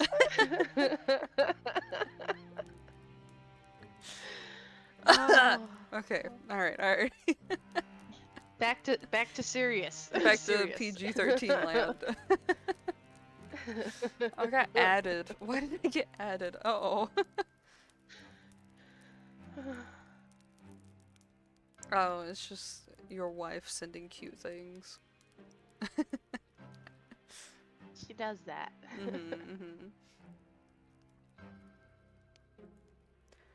Whew, okay. The gravedigger's eyes begin to shine once she has finished her address with tears, but she does not let them fall. She's being very brave, much more so than you are. Anxiously, you extend a hand towards her, meaning to, what, give her a hug? You do not know her well enough. Pat her head?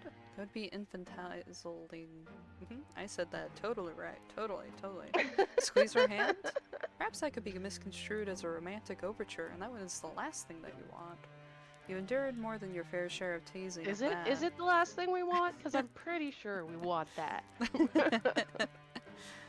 You sit there for a few moments, paralyzed by indecision, as the gravedigger poorly suppresses her sniffles. In the end, you let your arm droop back to your side.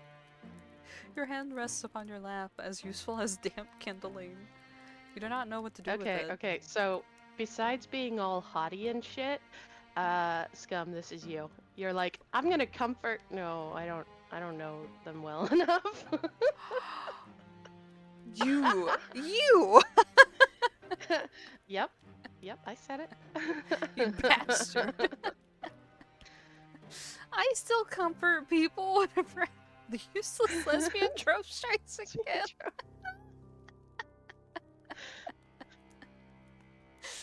Oh, God. I comfort people. If people are upset in front of me, I ask them if they want a hug, and I ask them what I can do.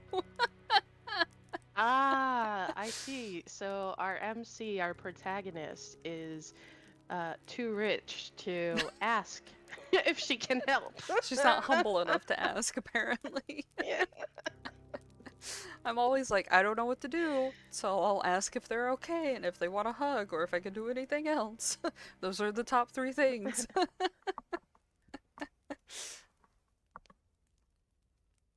You do know that you have to say something, though, to show that you heard her plight and that you care. You do not know what this is, what this something should be, however. No words could ever console the gravedigger. They would never be enough. They can offer some balm, however, to the bereaved, and so after a pause just long enough to be awkward, you offer your condolences. What else can you say? Oh no, the gravedigger replies, wiping away a few stray tears with the back of her arm. It's alright. I've grown used to it, really, being on my own. I mean, it ain't so bad, really. And I'm not alone now, at least. I met you. You'll keep me company, won't you? You know what would console her? Some Yuri. Hell yeah. Well, what can you say to that? Squeezed your hand. Uh-huh. Oh, are we gonna get one bed trope? Gonna fuck her on the bed her dad died Let us also remember that she had siblings, and this is the house they all lived in. on. Scum, you crossed the line. Apparently Plague can deal with cannibalism, but fucking on her her dad's deathbed is too far. Well, we can give her a little petite death on there, continue the family tradition.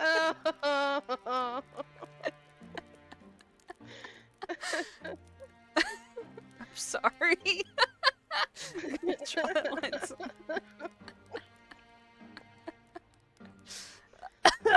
Oh.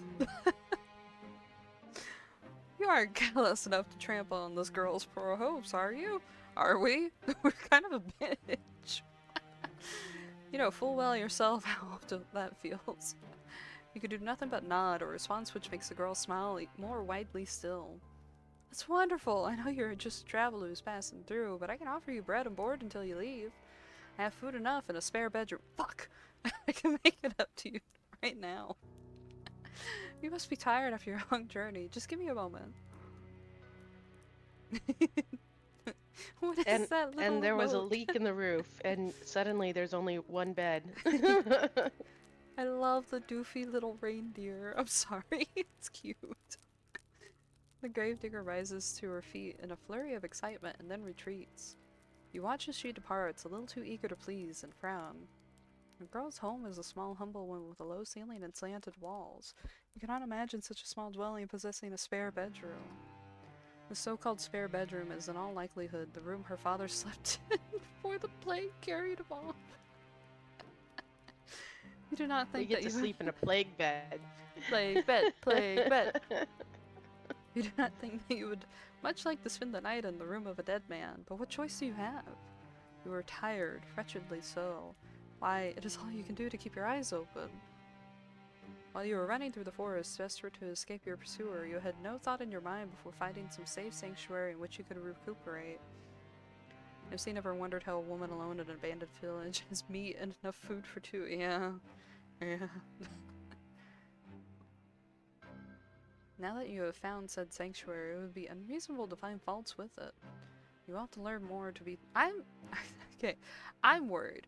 Okay, so was she digging up a grave or digging a grave? Because I feel like there's a big difference there.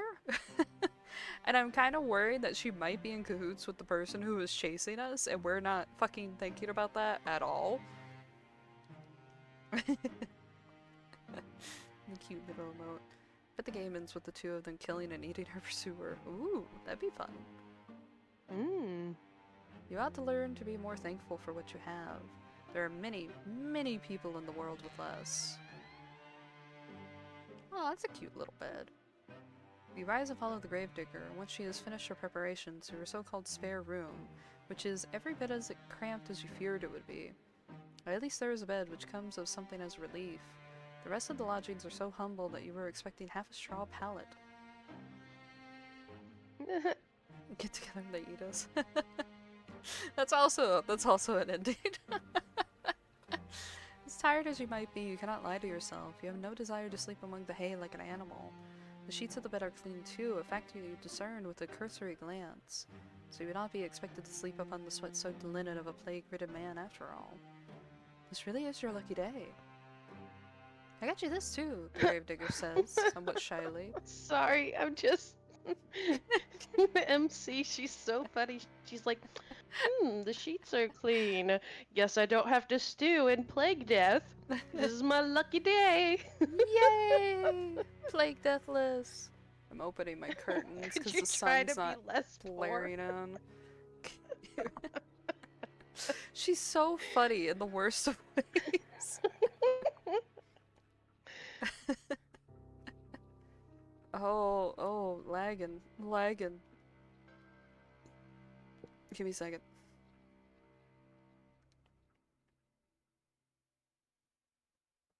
Maybe better? Yeah. The abundance of light from my curtain being open freaked out my camera, apparently. I got you this too, the gravedigger says, somewhat shyly, as she hands you a folded gown to sleep in. I thought it might come in handy. Your clothes are, a little shabby. She could say that again. Your Says skirt the is poor covered in lady. and the hem is torn and ragged. This nightgown is one of my old ones, so it suffered a bit of wear and tear, but I hope it'll fit alright. It's clean if nothing else. You accept the nightgown from your benefactress with words of thanks. You want to sound appropriately appreciative, but you cannot mask your fatigue. Weariness overcomes you and you yawn, a fact that the gravedigger does not fail to notice. Oh, begging your pardon, I don't want to keep you. I'll be making myself scarce. If you need anything, though, don't hesitate to ask. I'll be happy to help. Oh no, I guess you'll have to take your clothes off now. Terrible. The gravedigger bows her head to you like a drudge, then hurries off, closing the door behind her with a thud. Tired as you are, you soon find that you rather miss your hostess' company. In the face of her good-natured smiles, you can almost forget all the hardships that you have hitherto endured. In her absence, however, your lodgings feel almost unbearably cold and inhospitable. You suppress a shudder, then unclothe yourself. You work as quickly as you are able, but your fingers are cold, and they fumble with the buttons of your blouse. It takes you more time than you would like to complete with this endeavor, but soon you have your skirt and your shirt dispensed with. You are too tired to fold them neatly, so you do not bother to fold them at all. Instead, you cast them carelessly upon the floor, as defiant as a sulky child, then pull up your new nightgown. Your hostess' earlier warnings are apt enough. It is quite worn, but it fits well enough. It is more comfortable, at least, than your old uniform. You have endured worse. Newly dressed and ready for bed, you loosen your hair from your braids and settle down amongst the sheets. It is with a sigh that you extinguish the weary, flickering candlelight which burns on your bedside, and with another sigh that you lay your head down upon their pillow. Though physically exhausted, you have to wonder whether you will be able to sleep at all. You can recall your previous stash through the forest in such vivid detail that your heart is still pounding. The fear is yet to leave you. Perhaps it will never leave you. Is there a heartbeat? Yes. Okay. Your terror was such, it almost feels as if it has suffused itself into your bones, into your very being. But your exhaustion is greater than your worldly anxieties, and soon it claims you. Your eyelids fall shut, and your breathing inevitably begins to even out. It is not long until you are spiraling through a dark, deep abyss, lost in Morpheus's kingdom. But your sleep, despite your wearied state, is not as restorative as you had hoped. It's me every night, according to my fucking Fitbit knockoff. It's like, your sleep score is poor. It's like, you slept like shit. I'm like, I thought I slept good. Your imagination has always been overactive. Even at the conservatory, you were frequently beset by dreams of the most vivid nature.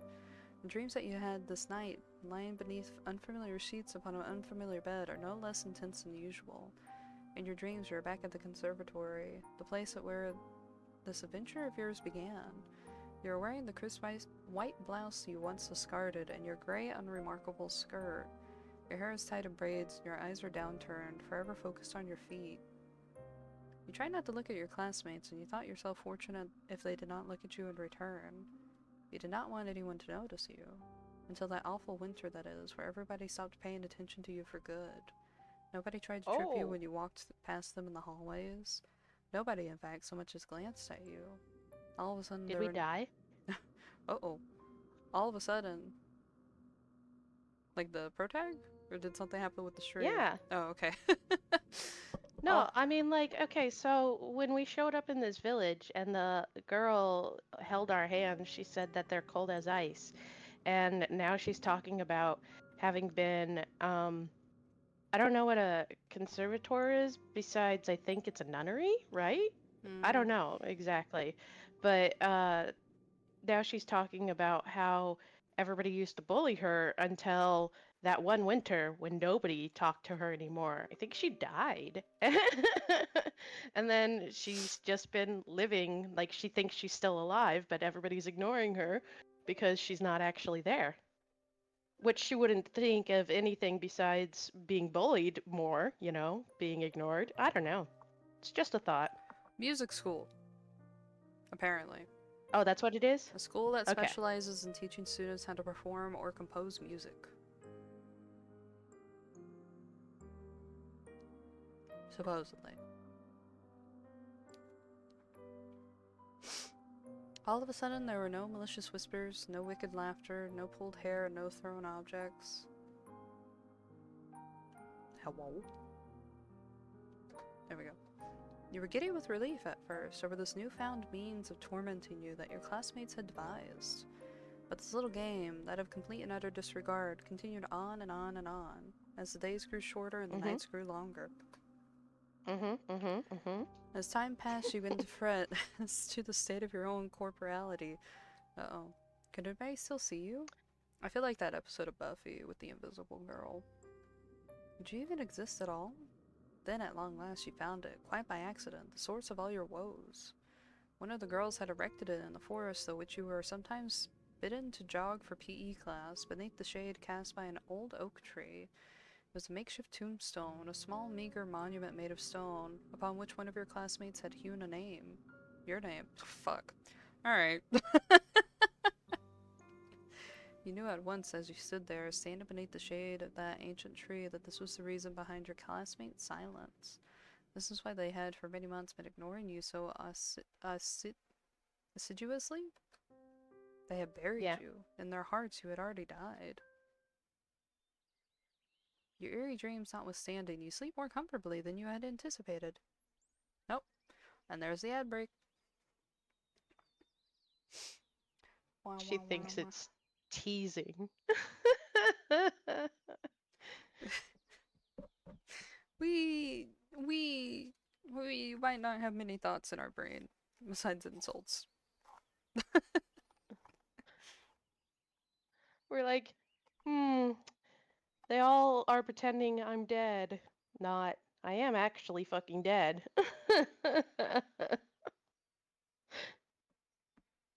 If I was left with a lot of thought and presumed physicality, if people just seemed to be ignoring me, I too would fall upon the reasonings of, oh, everyone's being an ass, rather than, oh, I'm dead.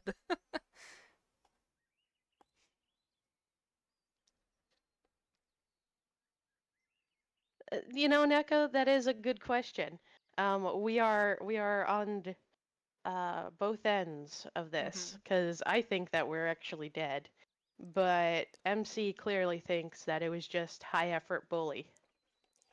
It doesn't make a lot of sense for us to be dead, given the fact that we're meeting the Gravedigger. Because wouldn't it... If the Gravedigger's also a ghost for some reason, then why is everyone else dead? And, like, she's not with her father or something if they're ghosts? You know? Unless we're in some kind of weird purgatory hellscape. And we haven't moved on probably. yet. I think that might be the case. I mean, we don't know what was pursuing us. Yeah, everyone is A dead. woman. She specified, like, she said, like, she was following you with a sickly sweet smile and that kind of thing, so. Oh. So, it made it sound like a woman. If MC is dead, we can add a necrophilia tag. That'll be on the YouTube. Cannibalism necrophilia, Yuri?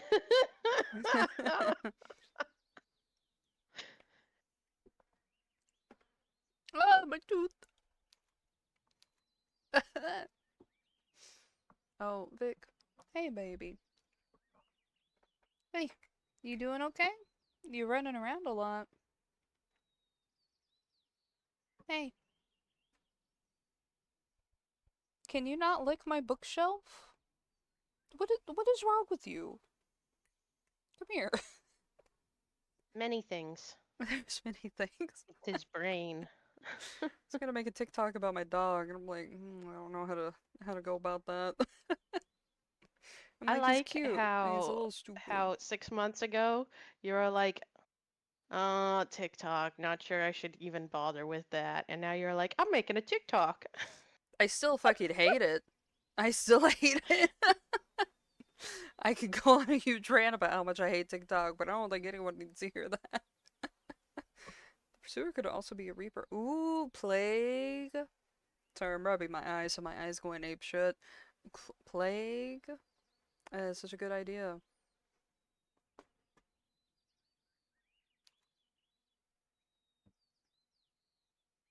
Sorry, I had to burp.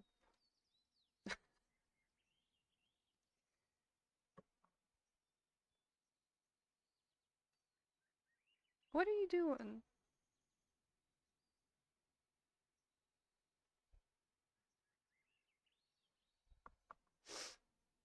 Sorry, Vic's crop dusting me really bad, so I was trying to figure out what he was doing. Oh my god. Listen! I feel like if you're a dog owner and you get crop dusted, you have to investigate. Now he's laying down again and trying to lick the bookshelf.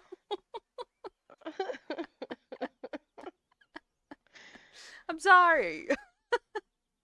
Jesus Christ. Okay, no more mentions of dog crop dusting. Alright.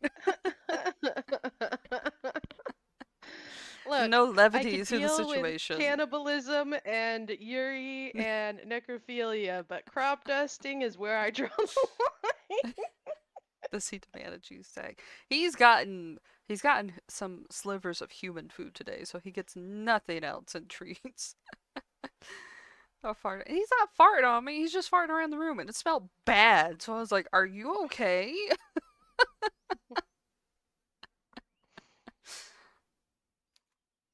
uh,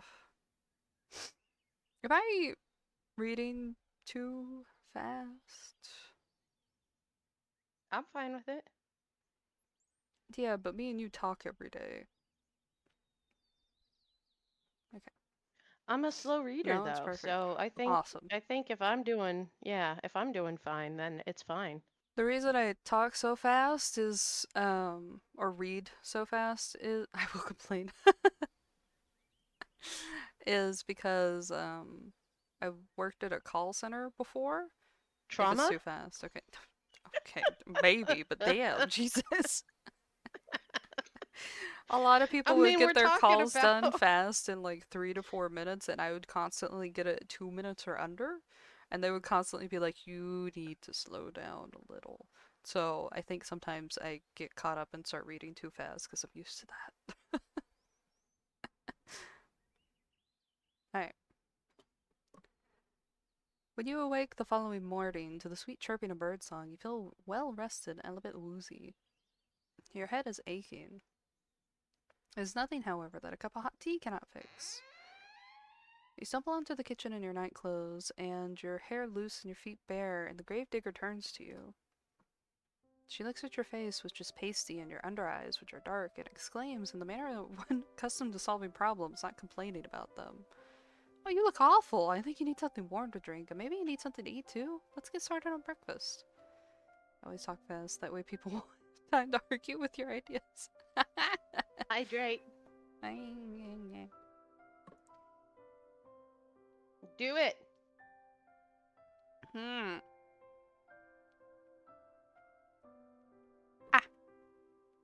Hydrated. Thank you, Plague. What was that Zoolander comment? Moisture is the essence of wetness. I have not watched Zoolander. Oh my god, you're missing out. It is so good. It really is, okay? I forgot what. Is it the you guys have, okay, maybe we'll do that as a Discord watch party. That might be fun. Let's see. It's the model movie, right? Yeah, Okay. yeah. It's very good. That is exactly There are so what she many does. things I could quote to you from that. There are probably things you have quoted, and I haven't fucking picked up on it. Probably. She gets started on breakfast, which proves to be quite simple. Quite the simple affair. Nothing like the luxurious food you were accustomed to in your past life. It's the best documentary about male models ever. Alright, noted. The bread is hard enough to break your teeth on, and the cheese is a bit too strong. It is food all the same, though, and you do not complain. Your stomach was beginning to grumble. The tea is inoffensive, at least, and you drink it gratefully.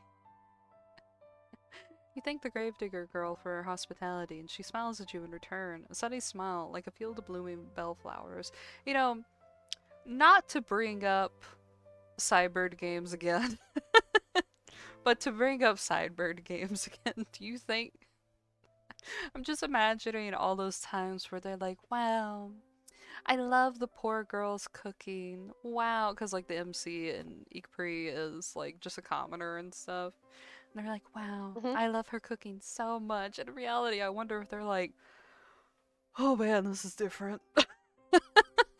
Okay, but Rio talking about her Pngtuber, which is literally just French toast. It's in fact it's supposed to be old toast. It like that's what it is. That's literally what that is. That he's always like, it's the best. You make the best stuff, and it's like it's fucking old bread made into French toast because that's what they did with stale bread.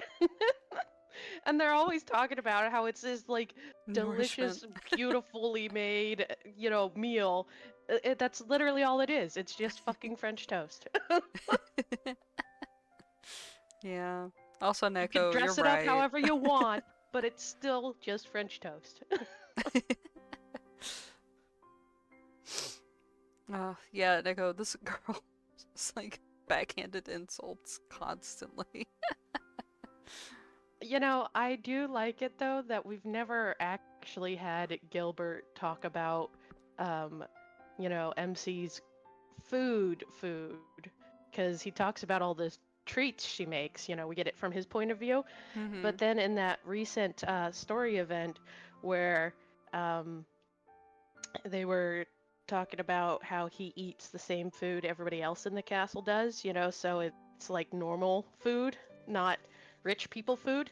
And and she's just like she's the one thinking about it like that. Like she's like, yeah, so it's just like stew and bread and stuff like that. And I'm just like, can you imagine like someone like Gilbert being all like I'm sorry, I just yeah, you're right about being super rich and being all like, mm-hmm, this is definitely food. Okay. I love her, better compliment her on it. Gilbert would just be like, yep, per the course.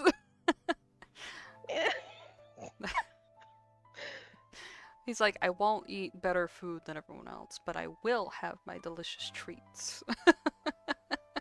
That nobody else gets. Yeah. He's like, this is the thing I will be stubborn and classist on. I love that he makes her or builds her a fucking kitchen. What a It's simp. like here, you get your own kitchen to make whatever you want as long as it's for me. Yeah. Whew, alright, back to the game, back to the game. We gotta focus on Yuri, we can't focus on Gilbert. He's not Yuri. I don't know. I can always focus on No, Gilbert. he's not Yuri! This too could be Yuri! Happy wife, happy life, even if you have to lie yourself about the cooking.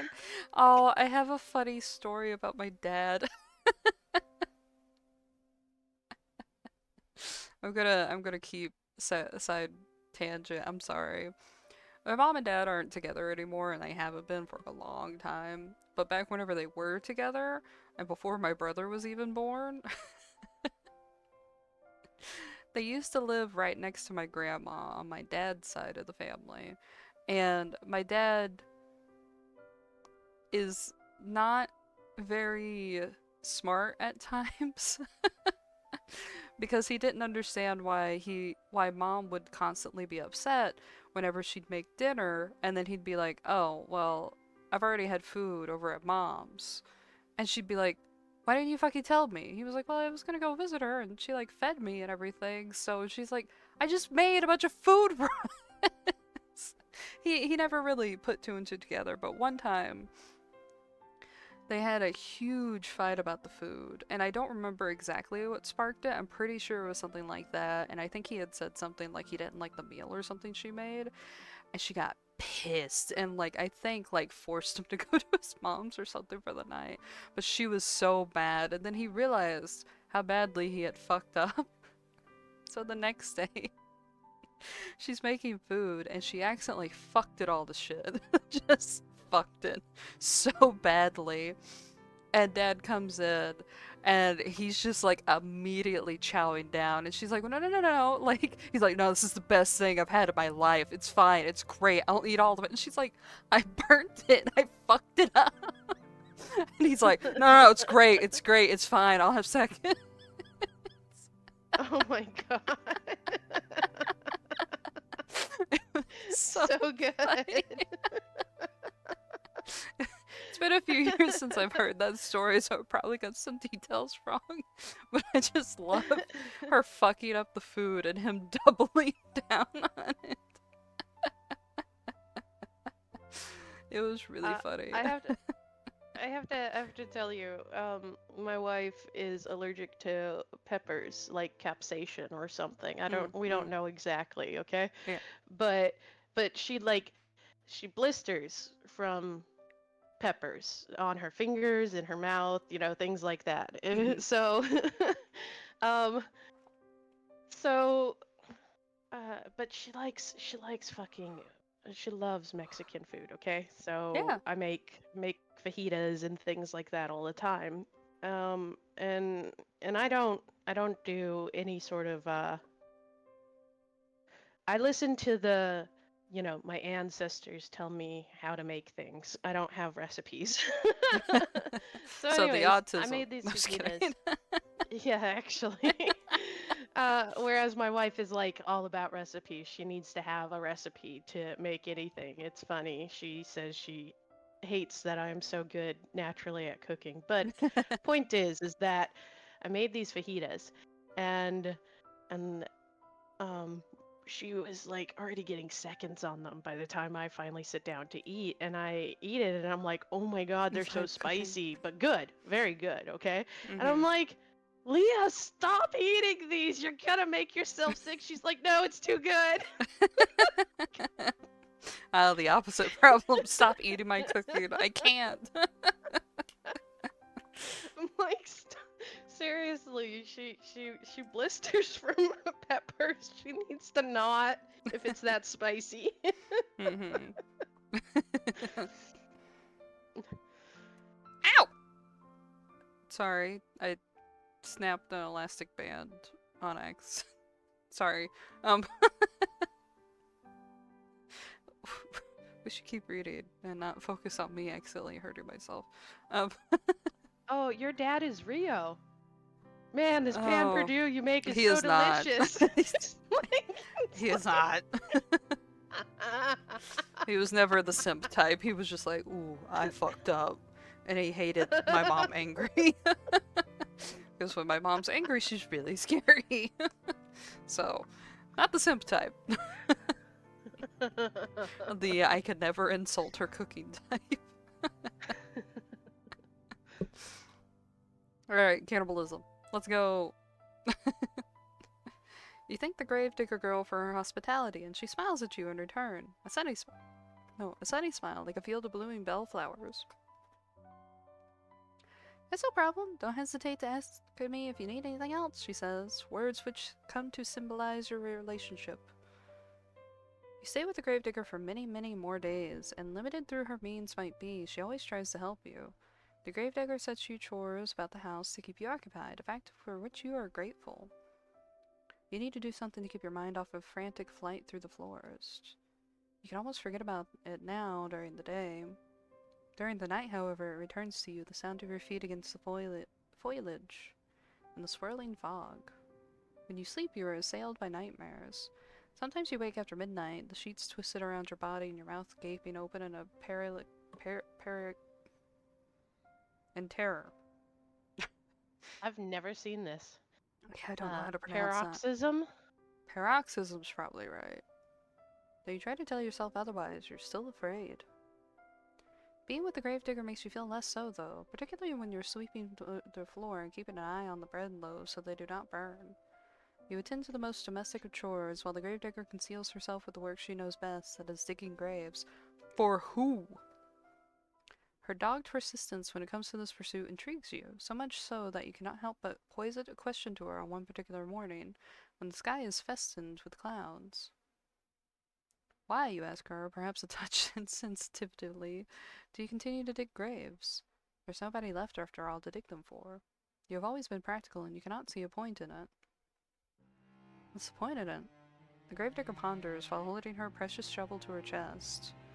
Fortunately, she does not seem upset by your question, despite its bluntness. You should count yourself lucky, her temperament is so very placid. I don't suppose there's any point to it, really, the gravedigger eventually says, with a small smile. I know it doesn't have any practical purpose, but, well, digging graves is what my father did. He showed me how to do it so I can continue his legacy. My father wanted to keep our family tradition going, and I suppose I want to do the same. That's all there is to it, really. That's all, is it? You think you can understand that. Though your companion's actions might appear to be illogical, there is a kernel of reason nestled amongst them. She does not dig graves out of any sense of purpose, she does it instead out of sentiment. Besides, I have to do something to keep my business. Besides, I have to do something to keep myself busy, don't I? If I spend my days idling all on my own, I think I'd go mad. Your gravedigger laughs at this, as though the prospect of her own madness is amusing. Her laugh, despite her slender nature, is not particularly delicate. It reminds you, perhaps unkindly, of the brain of a horse! Oh my god. We are never getting chicks. Holy fuck!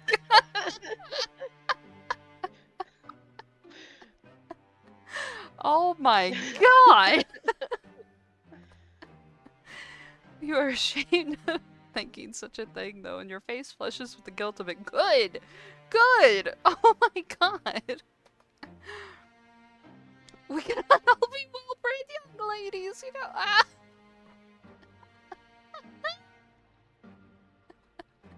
Still, the laughter of the gravedigger as it echoes through the gray, gloomy sky is strangely desperate. It sounds forced.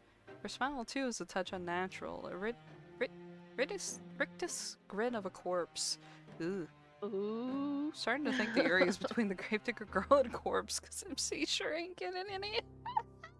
Right? Maybe it's gonna be between the MC's killer and the gravedigger. Oh, I think Plague joked about that earlier. Yeah, that they're gonna eat her. Yeah. The MC, yeah.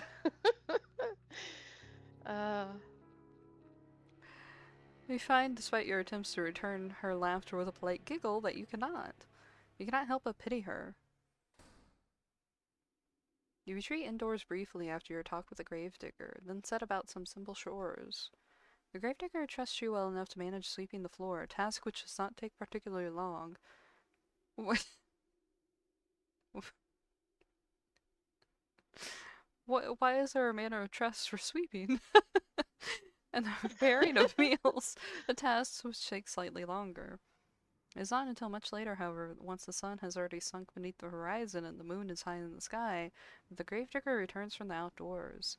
She is windswept after many hours spent exposed to the elements, and there is dirt caked beneath her fingernails. The gravedigger removes her cloak, which she hangs by the door, and then looks to the pot suspended over the fire, a fire which you stoked with your own fair hands. Oh, fair hands. These hands were not made. Not made to for creating a toil. fire. Yeah, toil. That's a better way to put it. The scent of cooking food, that of garlic and onions, fills the air, suffusing the interior of the kitchen in a homey aroma which makes your stomach rumble. Taking stock of this, the gravedigger smiles at you, a toothy smile which, despite her status as a lowly peasant, is surprisingly clean and bright and white. We have so many prejudices to go through. This is a story of how a noblewoman learns to love the common folk. Thank you so much, dear one. There's nothing like returning home after a hard day's work to find dinner already prepared. Now, let me give it a test. The gravedigger dips a spoon in the soup and then brings it to her lips. She blows upon it. Then she places the spoon into her mouth, the wooden utensil clacking against her teeth. I don't know if she's just a total dick. Why not? Could be both. Yeah. You observe this with a touch of anxiety. Will she like the food which you prepared for her? You have cooked for her before in the past, and she was always very complimentary about your efforts. Cooking is not your forte, however. You never had to concern yourself with it, really, growing up in a relative comfort as you did. You think that you enjoyed this rural, rustic mode of existence more than you did any of the privileges of your past life. At least now with the gravedigger you have a steadfast friend, a staunch ally, that you insult on the daily. When you are not with her, you are not, or when you are with her, you are not alone, and that is worth its weight in gold. The gravedigger explains after drawing the spoon from her lips. Her smile a bright, guileless one. It's delicious. Her face flushes at the compliment. You are unaccustomed to receiving them, and it makes you feel good. I can't stop thinking about Chevalier now. You know, MC cooking him food because he does it apparently amazing. You know, he can cook his own food. Yeah, of course you can. So like, yes, I just imagine MC making something bad, and I'm like, I don't think Chev's ever complimented her food.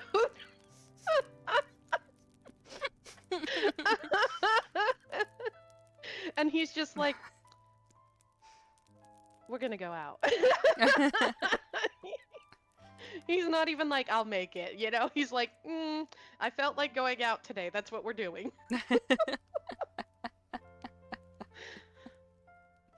Neko, you're also right. Yeah, I think so too. Shyly, you ask the gravedigger if she truly means that, a query which makes the gravedigger smile.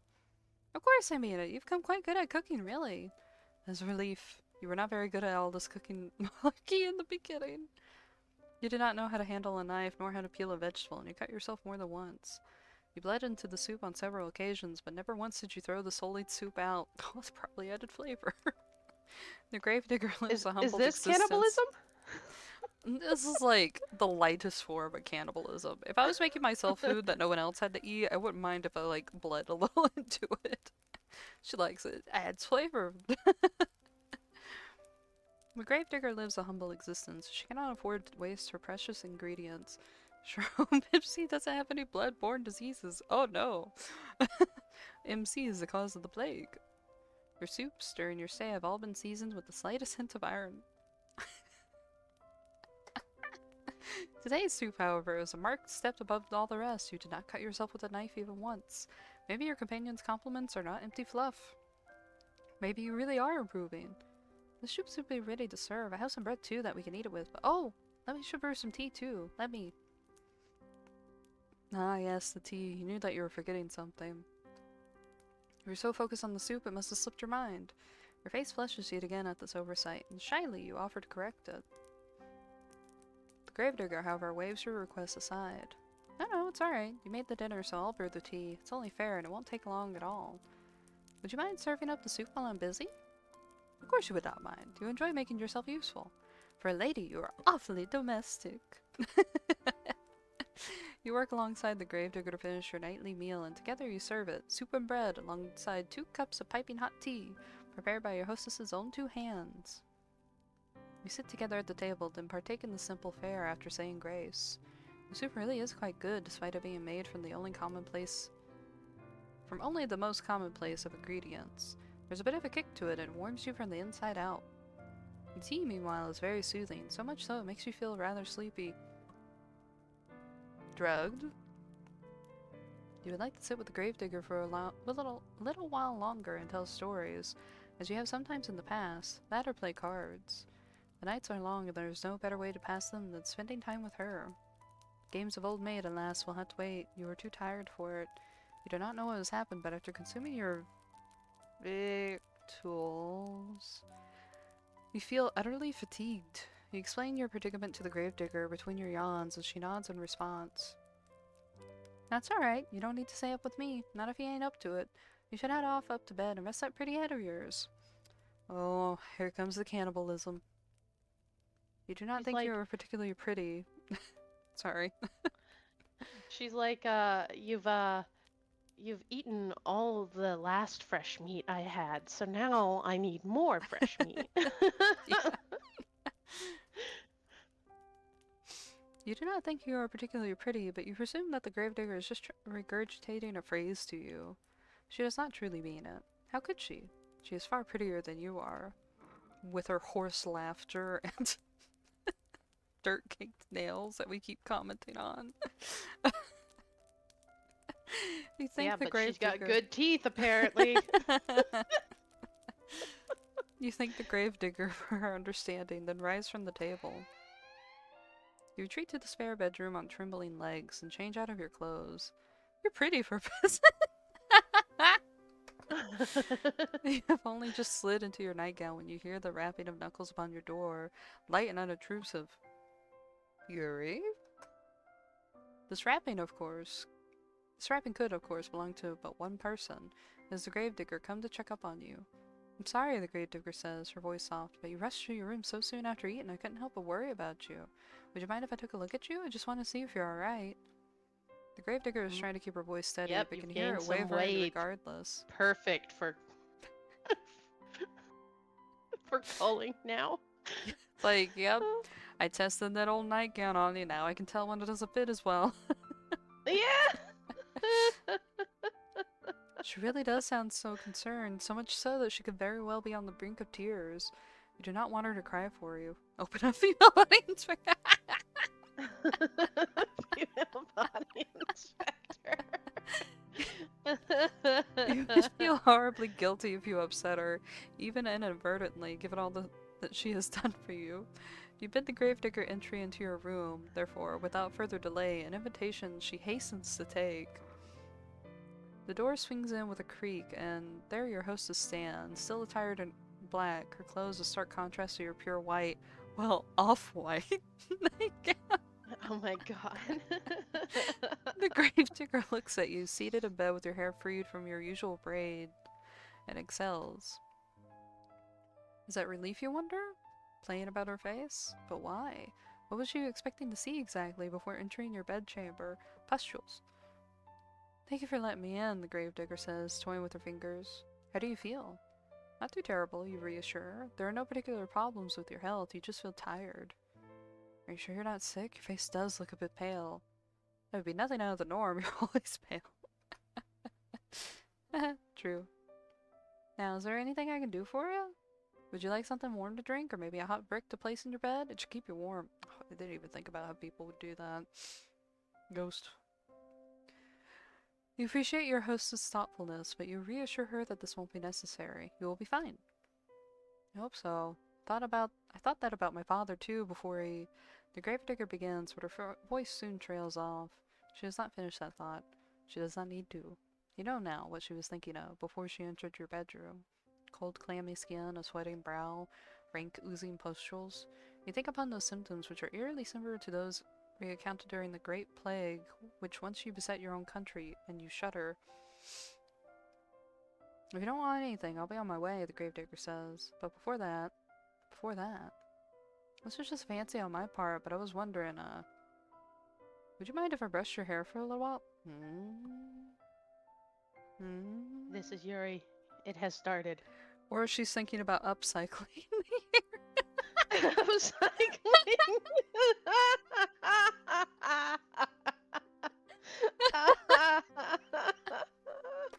Sorry. Your hair. That's right, it's such a pretty shade of red is all. I just thought, well, it's just a fancy really. You don't have to let me, not if you don't want to, but I thought it might help you relax if you're feeling under the weather. I've heard it's supposed to be soothing. That is what the gravedigger says, but you had the distinct feeling that she is looking for solace here. She's not quite so selfish, perhaps, as she would like you to think. She's been so very good to you and has done so very much for you, that you do not want to begrudge her this small self-indulgence. You'd rather think she deserves it. You agree, therefore, to her request, and upon doing so, you are certain you made the right choice. Your hostess's face lights up immediately in a manner which makes you blush. Oh, thank you, it'd be my honor. Now let me fetch my brush. Brush. Gravedigger retreats from your room in a hurry, but returns soon thereafter, holding in her hand a promised brush.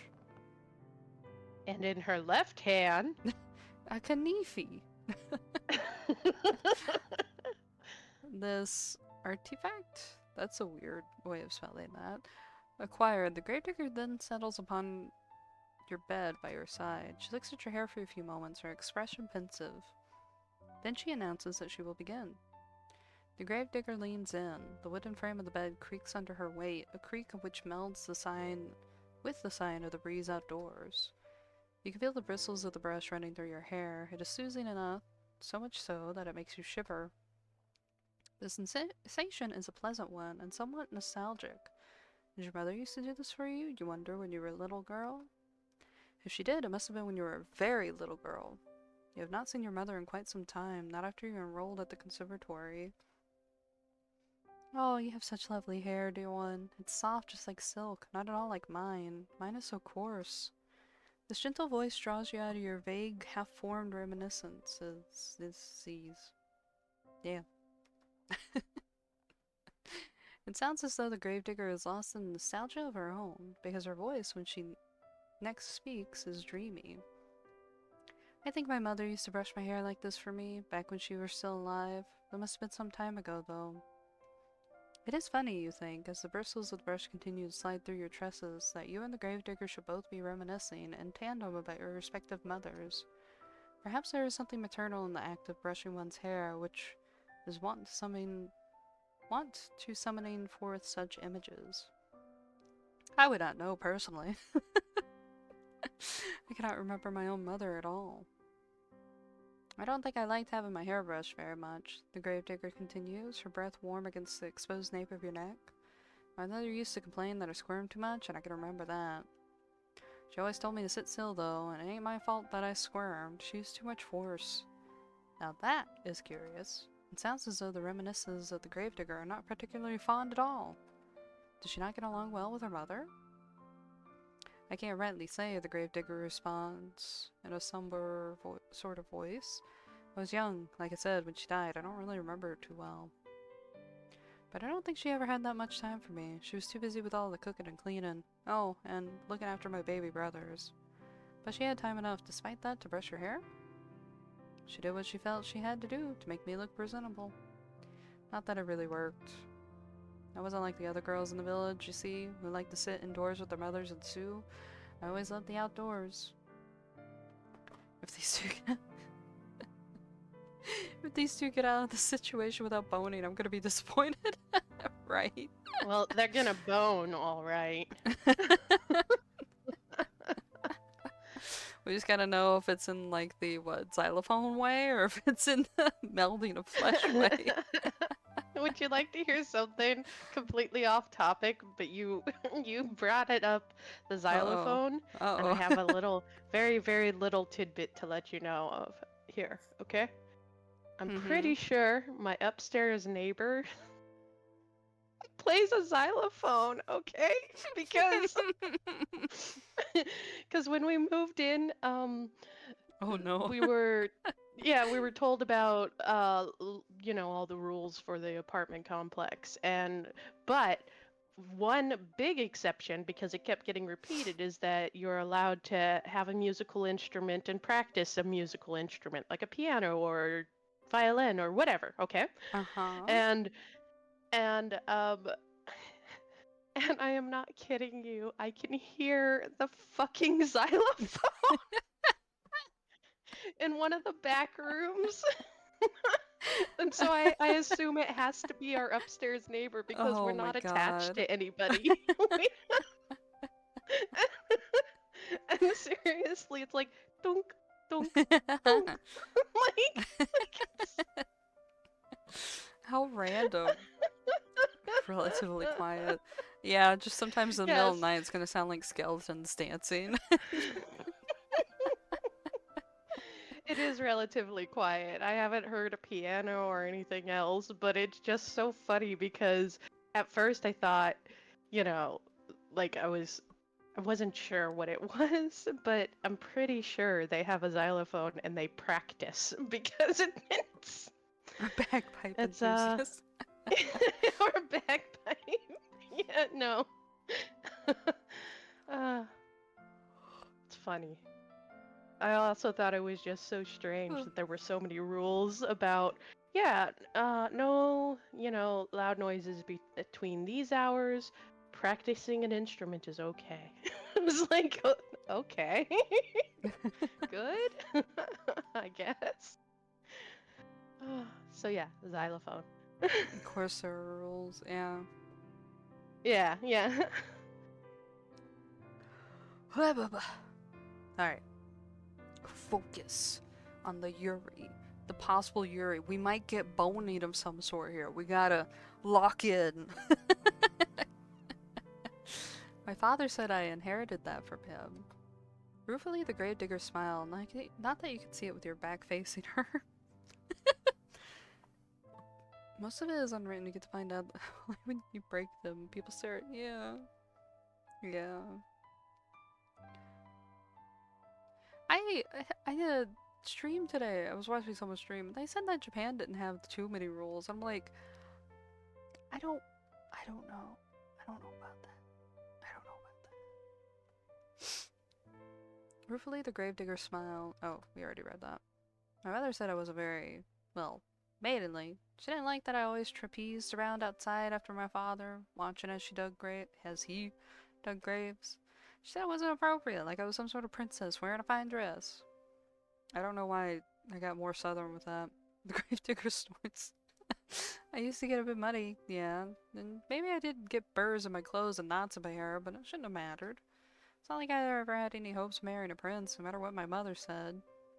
But still, she hoped. She had a lot of hopes, my mother. High hopes. I think she might have resented my father, maybe, for working such a menial job. Our profession is an honest one, but it's never made much money.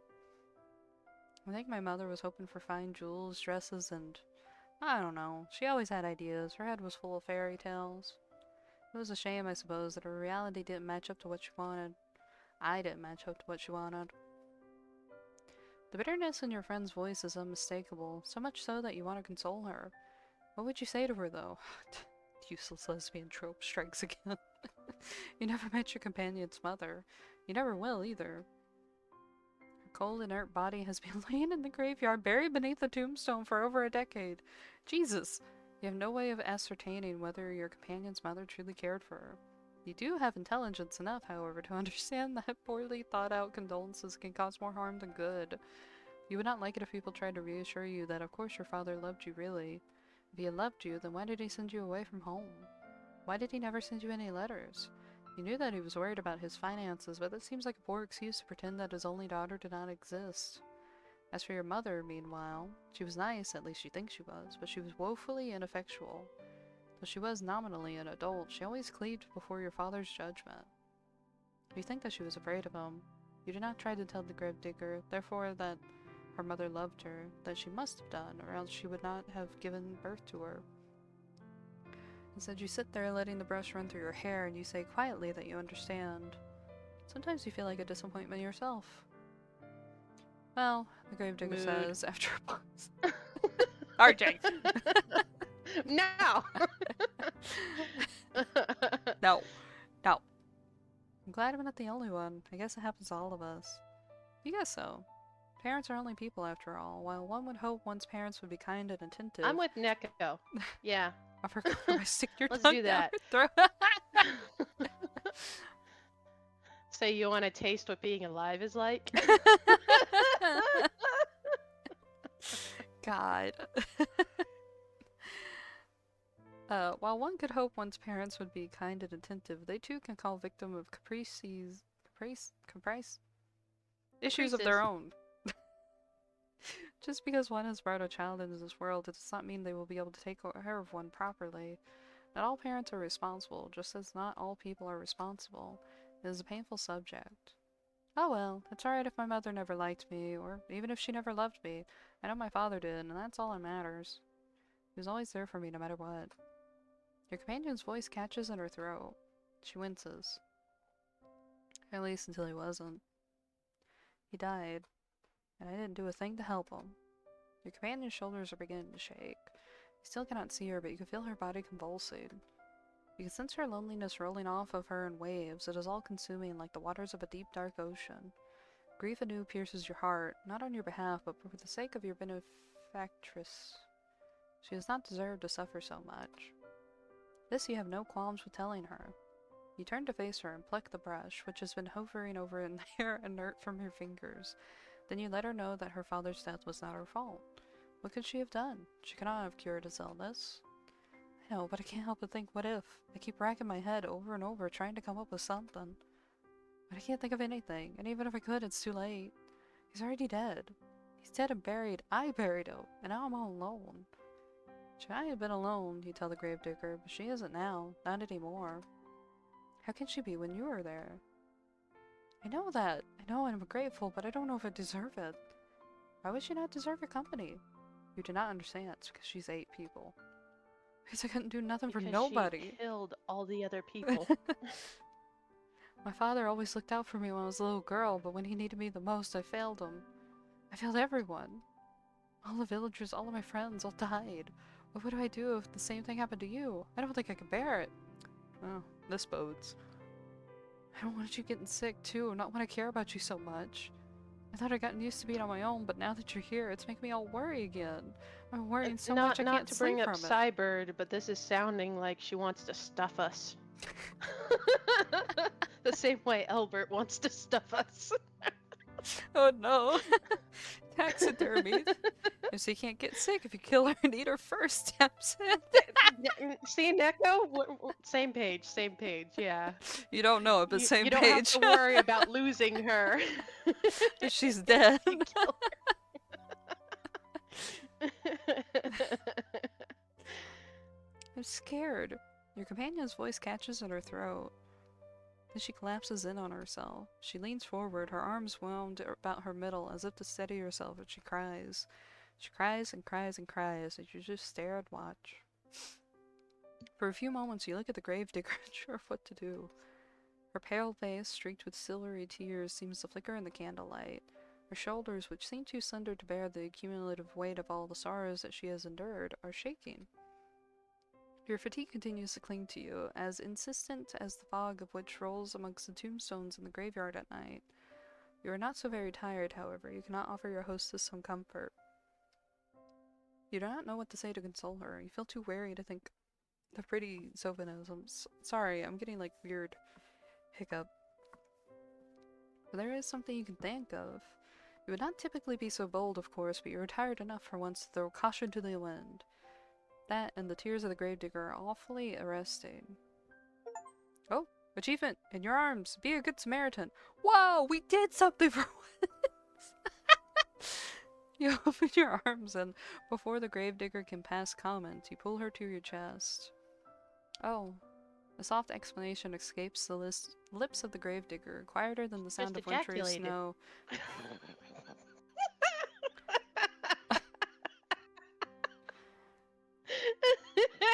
I'm sorry. Are you? I don't think you are.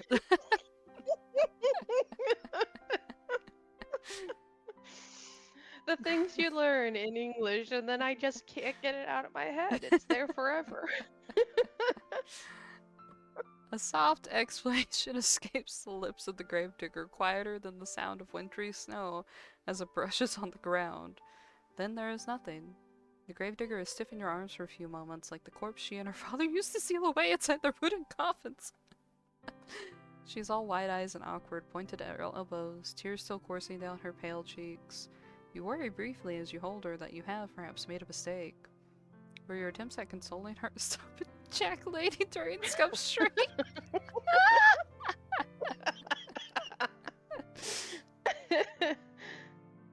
God. Were your attempts at consoling her too clumsy? You would not know. You've never been in a situation like this before. You've never consoled any friends before because you have never had any friends to console. It is not so now, however. You are far from your old life as it is possible to be, and the gravedigger does not curse you for your impotence. Neither does she try to squirm away from you. Instead, she sits there, still as a statue, cradled in your arms. Oh, I'm sorry to show you something so embarrassing. It's just, I get so lonely sometimes.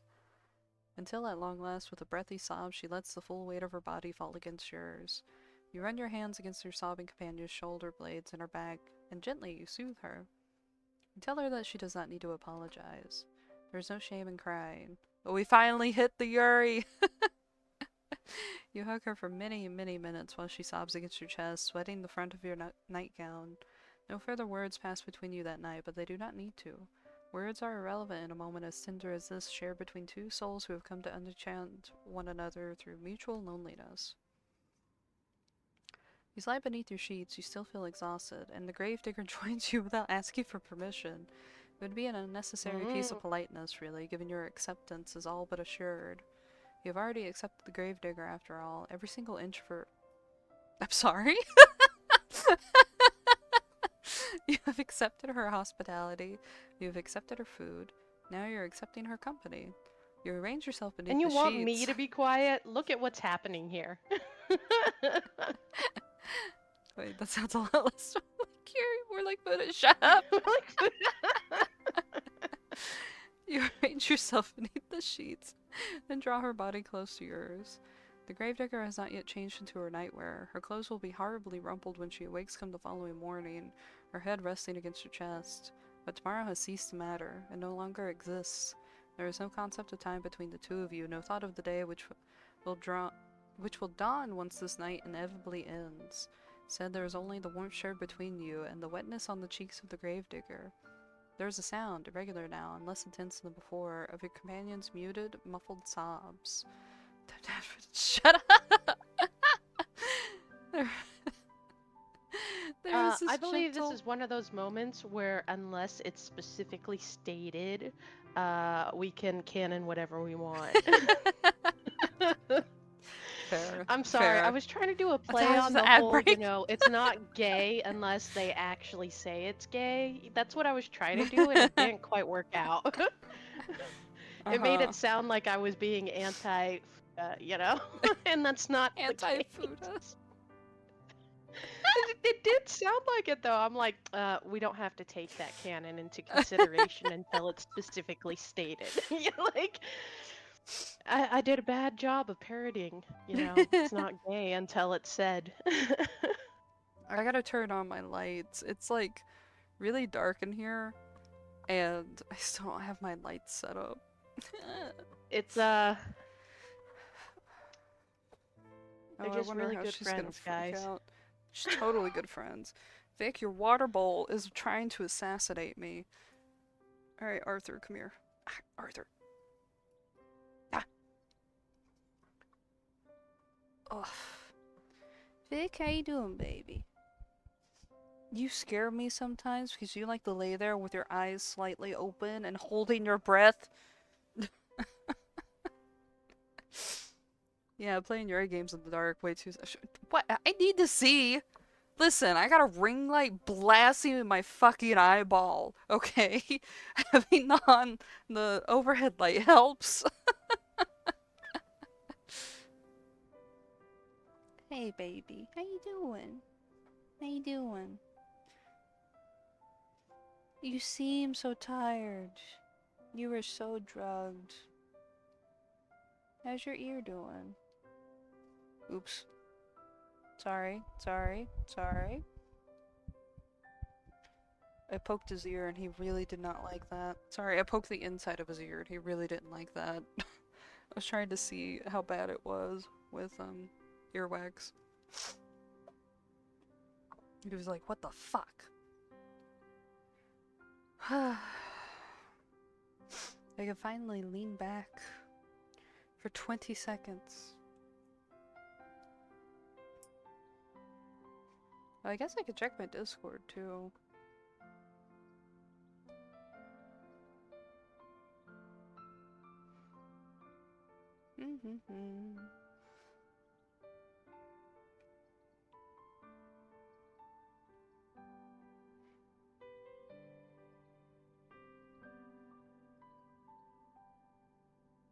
Lucky time. And that's all the notifs. Everyone's quiet lately. Oh! The ad break has ended. It's time for me to shrimp again. No shrimping. That's how I get the face tracking to work. What? That's how I get the face tracking to work. You shrimp? I have to shrimp.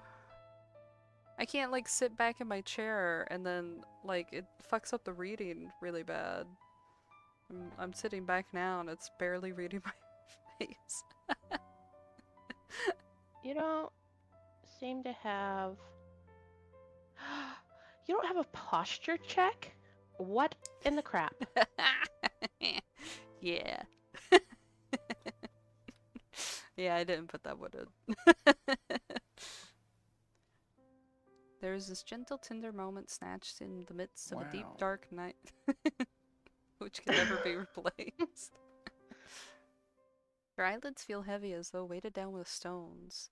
They dr- Okay, okay. There. Since you don't have a posture check.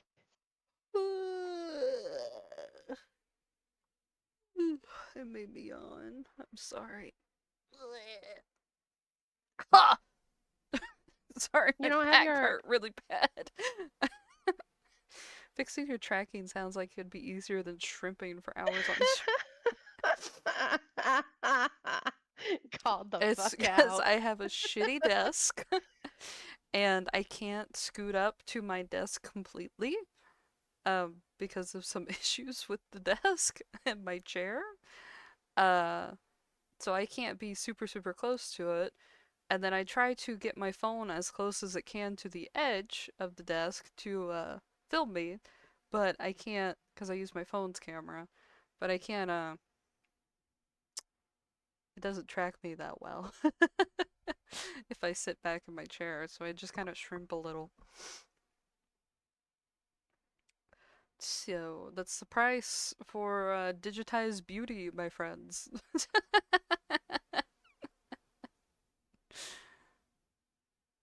What was I? They droop inexorably downwards, pulling you like a drowning maiden into the dark, impenetrable abyss of slumber. You yawn. If I had a better desk, it might help, but I think it's just kind of how my camera is. Then you fall asleep, cozied up beside the gravedigger like two cats in a basket. You sleep and you sleep and you sleep more deeply than you have allowed yourself in quite some time. But when you awake, you find that you're no longer in the bed in which you slept in, surrounded by sheets. Oh no! The gravedigger, Yeah. too, is nowhere to be seen. Instead, you are quite alone, lying by yourself in the dark. You blink, but your surroundings do not become any clearer. Was it the middle of the night? Perhaps you were aroused from your slumber by the desire to relieve yourself or else slake your thirst. Your sleep has been awfully disordered as of late, and the smallest of noises have been enough to disturb you. That does not sound quite right, though. You slept well, of that you are certain. I know, I think she might be in a coffin. Your body feels invigorated, as though it has slumbered for hours and hours. Oh, we forgot through that tender moment that our tea was drugged. We forgot. Shit. How many hours? You do not know. You do not know much of anything. You can feel a strange pinching sensation around your chest, however, and around your arms. It would appear that as though somebody, but who else could it have been save the gravedigger, changed your attire while you were sleeping? That is a startling thought, but the darkness which entombs you is even more so. The darkness which surrounds you is unsettling complete. It is so thick you cannot penetrate it. Your newfound woes do not stop, however, at this deep unnatural darkness. It is cold, too. You are laying upon something hard. Is this some sort of stone slab? What is going on?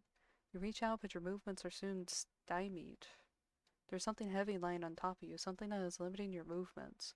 You were anxious before upon awakening, but at this discovery you feel downright aggrieved. A sharp prong of panic pierces you, but you try to suppress it. Hysterics will get you to nowhere.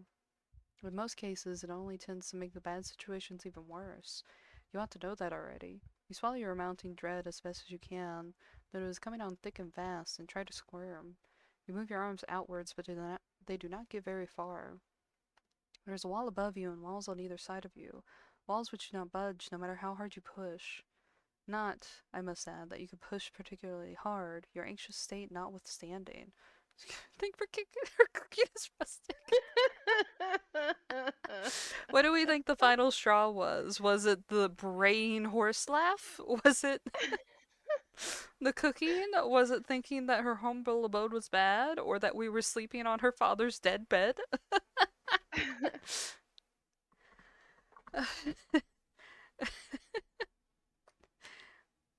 You have never had much in the way of upper body strength, nor lower body strength. You were, as a whole, quite pathetic as a person.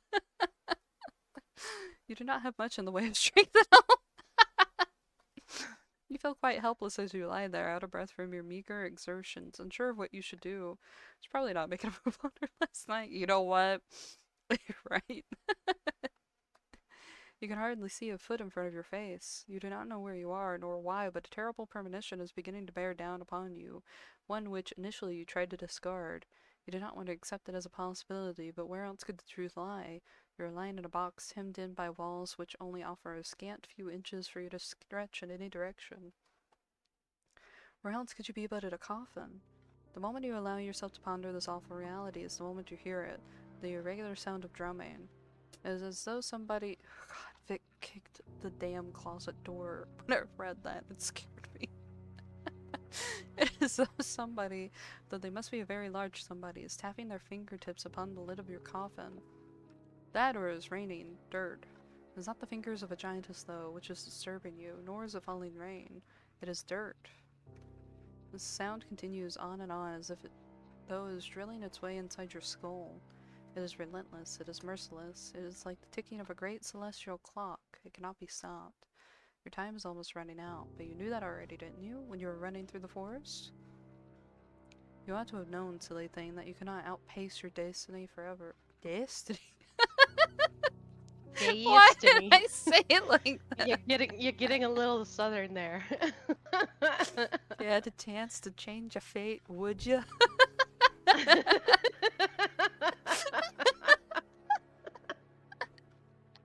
Sooner or later it would catch up to you.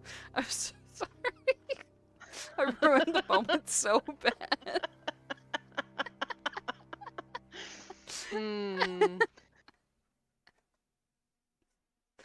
You're stubborn, though, and you do not want to accept this. Not content to simply lie there, you cry out. You cry out not for your parents, whom you hardly knew, nor for your school friends, for you never had any. Instead, you cry out for your new companion, the girl with whom you had been living, and with whom you had shared one precious, cherished moment. You cry out for the gravedigger.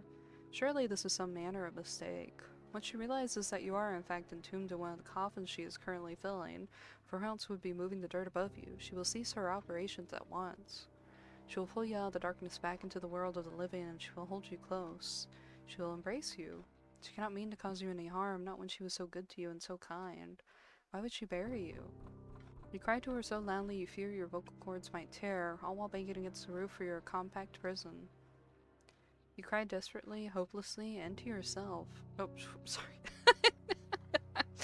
You cried desperately, hopelessly, and to your relief, your cries do not fall upon deaf ears. The sound of the falling soil stops, albeit briefly. Then you hear a voice. The voice is very faint, given it is being filtered through your coffin's sturdy lid, but you recognize it. So you're awake then, are you, dear one? The gravedigger says. She sighs. Then she says in a perplexed sort of voice, "Now, that is a pickle. I was hoping you'd be asleep a couple hours more, so the last time we could have spoke would have been on better terms. If you kept screaming like that, I'm gonna feel bad. Your companion's words, though, are unmistakable. You are so tense you are attuned to every single syllable, and each one of them makes you gasp. Was this not a mistake, then? Does she truly mean to bury you alive? Girl, I want you to review the steps it takes to bury someone alive, and tell me if it's been a mistake." Pose this question to the gravedigger as best you can, trying to keep the tremors from your voice as you do so. Perhaps you think, in your optimism, that if you do not let her know how afraid you were, she will reward you for your bravery and let you go. If this is what you are hoping, though, it is in vain. That's right, you really do catch on quick. So it appears she really has committed to the task of burying you. What an unfortunate turn of events. Why, though, would she do such a thing? You thought she was your friend. We are friends, the gravedigger says, her voice still worryingly offhand, worryingly empty. I'm very fond of you. There's nobody dearer to me than you. I've had a really good time with you these last— how long has this been? I don't remember. Neither do you. Well, if this little detail has slipped the both of your minds, it can't all be that important. Yeah, okay.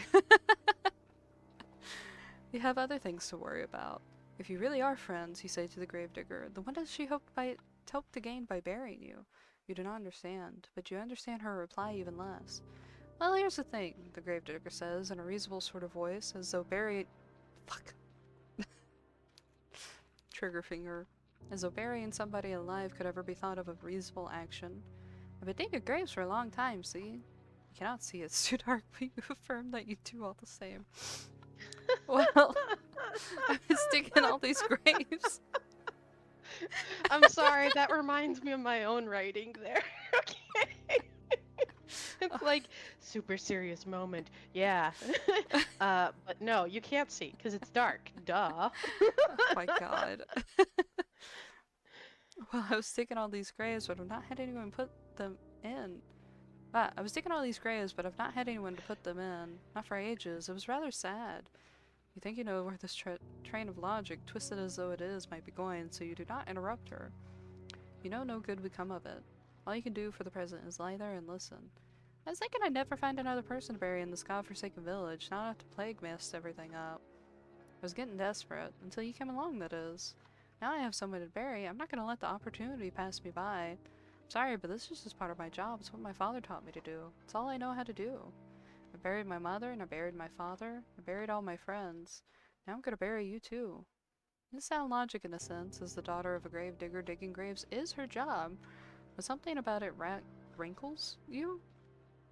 If only you could put your finger on it. It's the fact that you're still alive. Ah yes, there's a bit of a flaw in our reasoning, is there not? You are not dead after all. Yeah, but you might not be dead now, the gravedigger says in response to your ingenuity. But you will be if given enough time. I mean, everyone else I've ever known's died. Who's to say you wouldn't be next? Seems rather more likely that you will die, and quickly, if she persists with her poorly thought out plan to bury you. Your coffin is not very large, it affords you precious little space. Eventually, if all trapped within it long enough, you will run out of oxygen. Then you will suffocate. Then or you will starve to death. Either way, your demise will be a slow and painful one. You're unsure which death would be worse, though given how precarious your situation is, you do not wish to expend the necessary energy needed to ponder it. You need to plead with the gravedigger, and quickly, while she is still there. So wrong, this is just a preemptive barrel, yeah. You tell her tearfully that you would not leave her. Why would you? You try to sound as convincing as your disordered nerves will allow, but the gravedigger remains unmoved. You say that, she says, but how can I know you're telling the truth? I thought you said you were a traveler. They never stay put in one place too long. You'd get sick of me before long, then you'd leave me. This way, at least, I could be assured that we'll always stay together. If I bury you like I did the others, we'll never be far apart. I even took care to put you into a nice spot, close to my home, so you're only a stone's throw away, really. Isn't that nice? Privately, you think that the gravedigger has a different conception of the word nice to you. You do not say this, however. You cannot say much of anything because the panic has begun to set in. It is choking you, stopping up your throat so you can only cry. You scream, you beg and you plead, but it does little good. The gravedigger has already buried her mother. She has already buried her little brothers. She has even buried her father, whom she loved above all else. She thinks by burying you, she was doing unto you a great act of kindness. You think she is going to kill you. In a sense, you are both right. Your opinions are so diametrically opposed on this matter, however, that you'll never be able to find any common ground. You might as well save your screaming. She will not listen to you. She is beyond listening. Shush, shush, dear one, says the gravedigger, very gently, just as gently as she spoke last night when she confided in you all of her fears. It won't be so bad, really. Nothing will be able to hurt you down there, except for the worms. It'll just be like going to sleep for a really, really long time. You can rest, and while you rest, I'll tend to you. I'll plant flowers on your grave. You'd like that, wouldn't you? This way we can always be together. And I'll never be lonely again.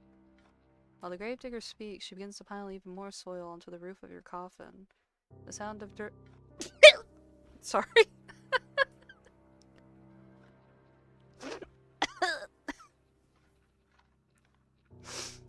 That hit really hard. Sorry.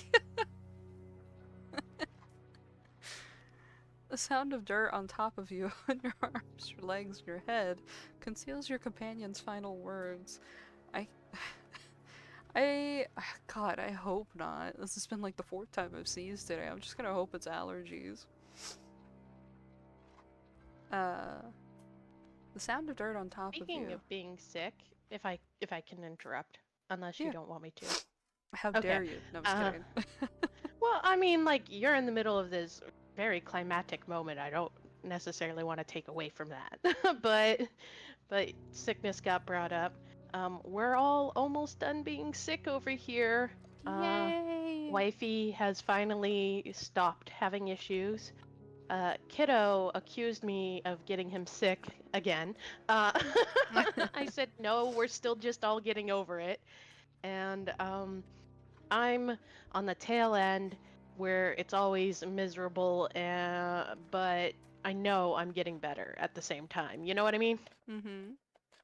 So hopefully we'll be done with this crappy thing very soon. Yay! Oh, my nose. Ugh. Sound of dirt on top of you, on your arms, your legs, and your head conceals your companion's final words. You cannot hear her. You cannot hear anything beyond the sounds of the dirt and the scrapings of the shovel and your own desperate, frantic screams.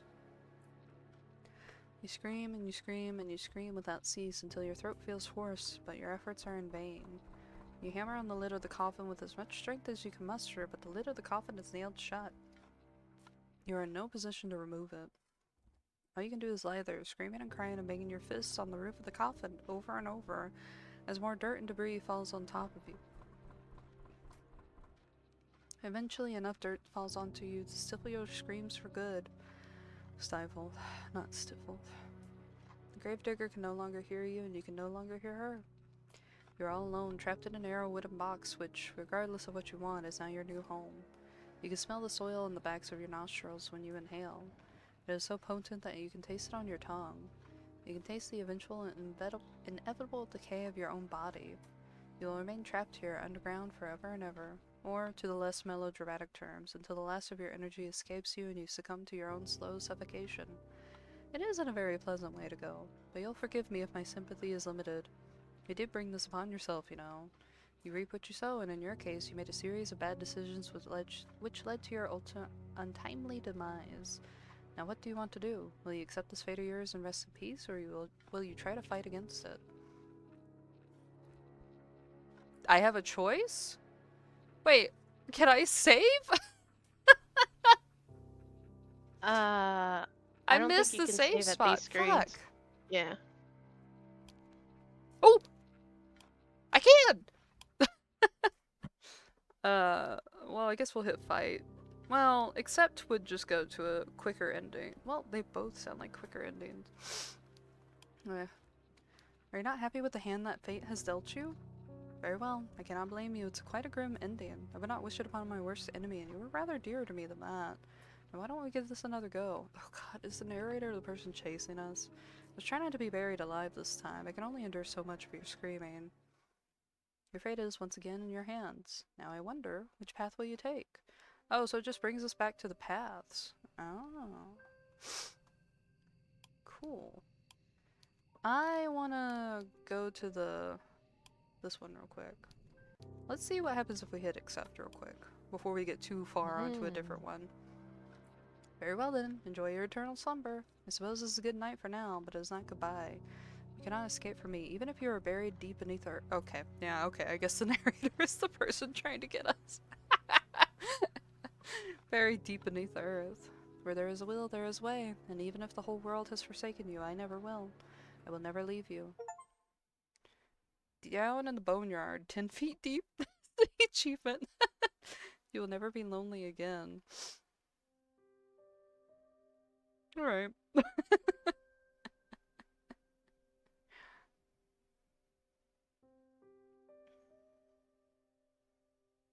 I told you, I didn't remember how many choices there were, and clearly there aren't many, but I did tell you that it's more of a kinetic novel because of the lack of choices.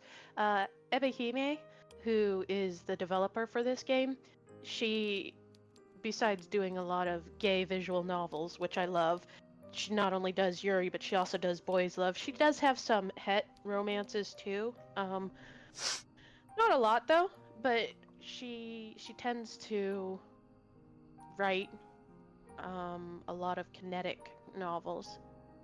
But to me, like, I don't see a problem with that. Yes, Ebihime made this. Anyways, yeah, I like her writing a lot. I enjoy it a lot, and I think she's great with storytelling. And she's got a lot of free games, so you guys should go take a look at those. Freeb. We love Freeb. The prawn streamer on Twitch? What? I did not know that she streamed on Twitch, but let because me, I while you're found her talking, through let her me look and games. see if that's the same person or not. Uh, okay. That's what she goes by on everything else. Oh, you know what? I mean, it might be. It might be the same person because You can she find me on my definitely that is. card. Steam, itchio, Twitter. Steam, itchio, Discord, Twitter, Tumblr, Blue Sky, Mastodon, TikTok, Instagram, Okay. YouTube. Jesus If it's Christ. itchio, yeah, then she's got it.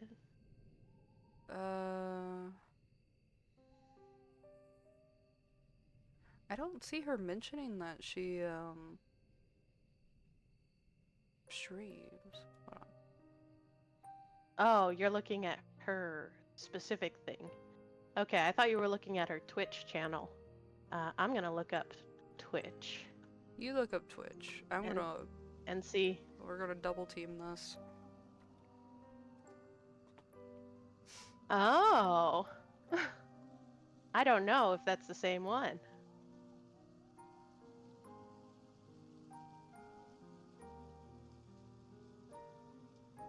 Okay, probably not the same character. I'm gonna have to guess. Yeah.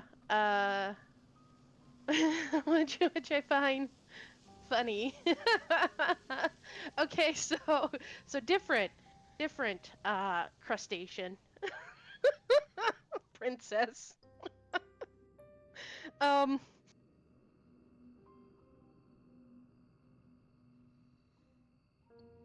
This one is a dev who makes a lot of games, a lot of free games, some that are paid, and you should definitely buy her paid games, even though most of them are kinetic novels, because she's great at storytelling. Yeah, like seriously, I also agree. I would not think Shrimp Princess would be would be all that common. Shrimp princess. Shrimp is good. Shrimp is a good VTuber model. Sorry, I'm looking at the humongous list of games that this person has. Ebihime? Yeah. Yeah. Okay, okay. Like I said, she does a lot. I've been watching her for the last 5 years. Yeah, I wouldn't have thought it'd be a common handle, but okay. Yeah. And by watching, I mean like watching her development and growth, not actually watching on Twitch. Alright, back to the game. I'm going to hit the shore because I feel like that's going to lead to an end faster, maybe? Unless we see a mermaid, then I'm gonna second guess everything, but You know what I want to write? I want to write something about like a mermaid whisperer, because sirens and mermaids and yada yada are always female, at least in folklore. And sure, we have mermen now in tales, but for the most part, they were always beautiful women or monsters that made you think that they were beautiful women. But the point is that they were always women. And so I got to thinking, like, how do they procreate? You know, like, do they lay eggs or give live birth or whatever the case is? so you're Okay, telling me you but want to they still finally need. write OV position? No, I'm not writing OV position. No, I'm gonna write about a dude. You know what?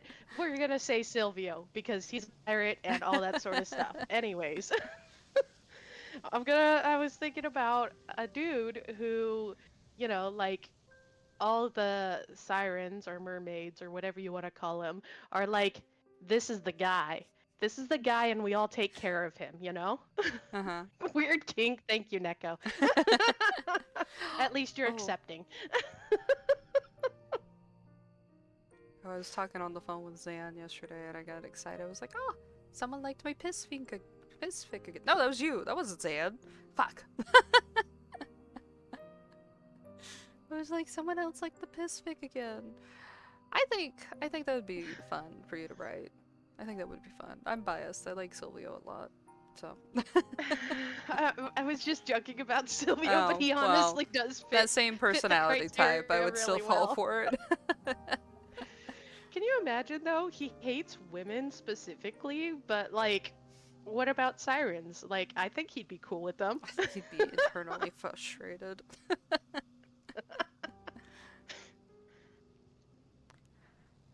Hey, the game. No more kinks. Only cannibalism and Yuri kinks. So, you want to go to the shore? Good idea. What will you discover there, I wonder? This night is far from over, and there are any numbers of adventures still waiting for you. Where do you meet the same gravedigger girl or someone else? Seems like her story is not right. I hope that you have prepared yourself in advance, and I do hope for your sake that you've learned how to swim. Shit. I have a sneaking suspicion that the skill might come in handy. I've never learned how to swim. You follow the path which leads to the shore, supporting yourself on weary, achy limbs, which feel ready to snap at the knee beneath the burden of your weight. You are a little more than a wisp of a girl, but you have been running for so very long, and your feet are so very numb. You feel like a great lumbering thing. You need to lie down, and quickly. You only hope as you continue to run that you will find the means to escape your current predicament by the shore. You do not know what awaits you, but you have visions of a harbor extending out to the horizon, cradling a fleet of white-sailed fishing vessels. Surely there will be a kindly fisherman who will be willing to take you far, far away on his boat, to a place where your pursuer will not be able to find you? You can imagine, too, that the face of this kindly fisherman, a face that you have lifted from the fairy tales you read in abundance as a small child, he will have thick, bushy eyebrows and dark brown beard streaked through with gray. He will look intimidating at a glance, but he will be fiercely protective of you, just like a father. You do not know what fathers are supposed to be like. You are only imagining. It is your imagination, however, which grants you the strength needed to keep going. You run to the shore. It takes some time before you finally emerge from the woods, but finally you do it. How much time, you ask? I cannot answer that. Did I not say that time had begun to lose its meaning? The forest is behind you now, at least, and all the awful nightmares that lurk within it. It is still cold, though, and foggy. It is still dark, too. The sun is yet to rise. You can see the moon more clearly now as it hangs above your head, round as any pearl or orb or crystal ball. The moonlight shines down upon the vertiginous cliffs, which plummet sharply downwards to an array of sharp, spiky rocks below. You felt upon escaping the woods a degree of hope, but the sight of these weather-blasted cliffs give you pause. You inhale. Then you frown. Now what are you going to do? You do not think this plan of yours through very well. Not that you had much in the way of a plan in the first place. There is little in the way of civilization here. The cliffs are far from the village. How far? You do not know, and you cannot see any houses. Where exactly will you rest your weary head, and what of your weary legs? Fifthly, you look around. There is nobody to your east, nor is there anybody to your west. There is no point in looking. There's singing. Oh no. We made jokes about sirens. Oh no. You specifically said mermaids, so here we are. Oh no. There is no point in looking south. That is the way you came, and when you look to the north, the world falls away from you. The cliffs are too steep to scale, and it is too dark. Naturally, there is not a soul here to help you. You are on your own. You feel so overwhelmed you could very well cry. You do not cry, however. You know that the tears have never helped anyone. You got yourself into this mess, now you need to get yourself out of it. It is with this thought in mind that you inhale a lungful of salty oceanistic air. That's not the word, we're rolling with it. Then you begin your exploration in earnest. You keep away from the edge of the cliffs, afraid that you might slip and take a sudden, unfortunate tumble into the abyss below. You are not as attached to your mortal body as some humans are, but you do not want to die. You still care for yourself, if only a little. And it is this sense of self-preservation which compels you onwards. You glance this way and that, depressing the tall grass beneath your shoes as you search for a place of shelter. Surely there must be somewhere. You cannot see any likely-looking settlements, but what is that over yonder? Could that be a roof? You hurry on onwards, hope building anew in your heart until at long last you reach your destination. There's a house after all, out here in the wilds, though it doesn't at a glance look very welcoming. The solitary house that you have discovered not so far from the cliffs is rather unremarkable. It's so small and squat that you cannot imagine it contains within it more than one floor. You cannot even imagine that it contains much more than one room. Though it is dark, it is not dark enough to mask that the cottage has something of a slant to it. It is leaning listlessly to one side like a drunken sailor. The thatched roof, meanwhile, which tops this dwelling, has certainly seen better days. There is a hole in the thatch, and there are several holes, in fact, and part of it looks particularly bare, almost bald. That is rather concerning. Should it rain, you will not be properly protected from the elements. Can you really stay the night in such a place? You have some misgivings, but do your misgivings matter really when there is nowhere else to go? It is not as though you have any other options. It is with a sense of defeat, therefore, that you approach the cottage, which sticks out of the earth like a tombstone.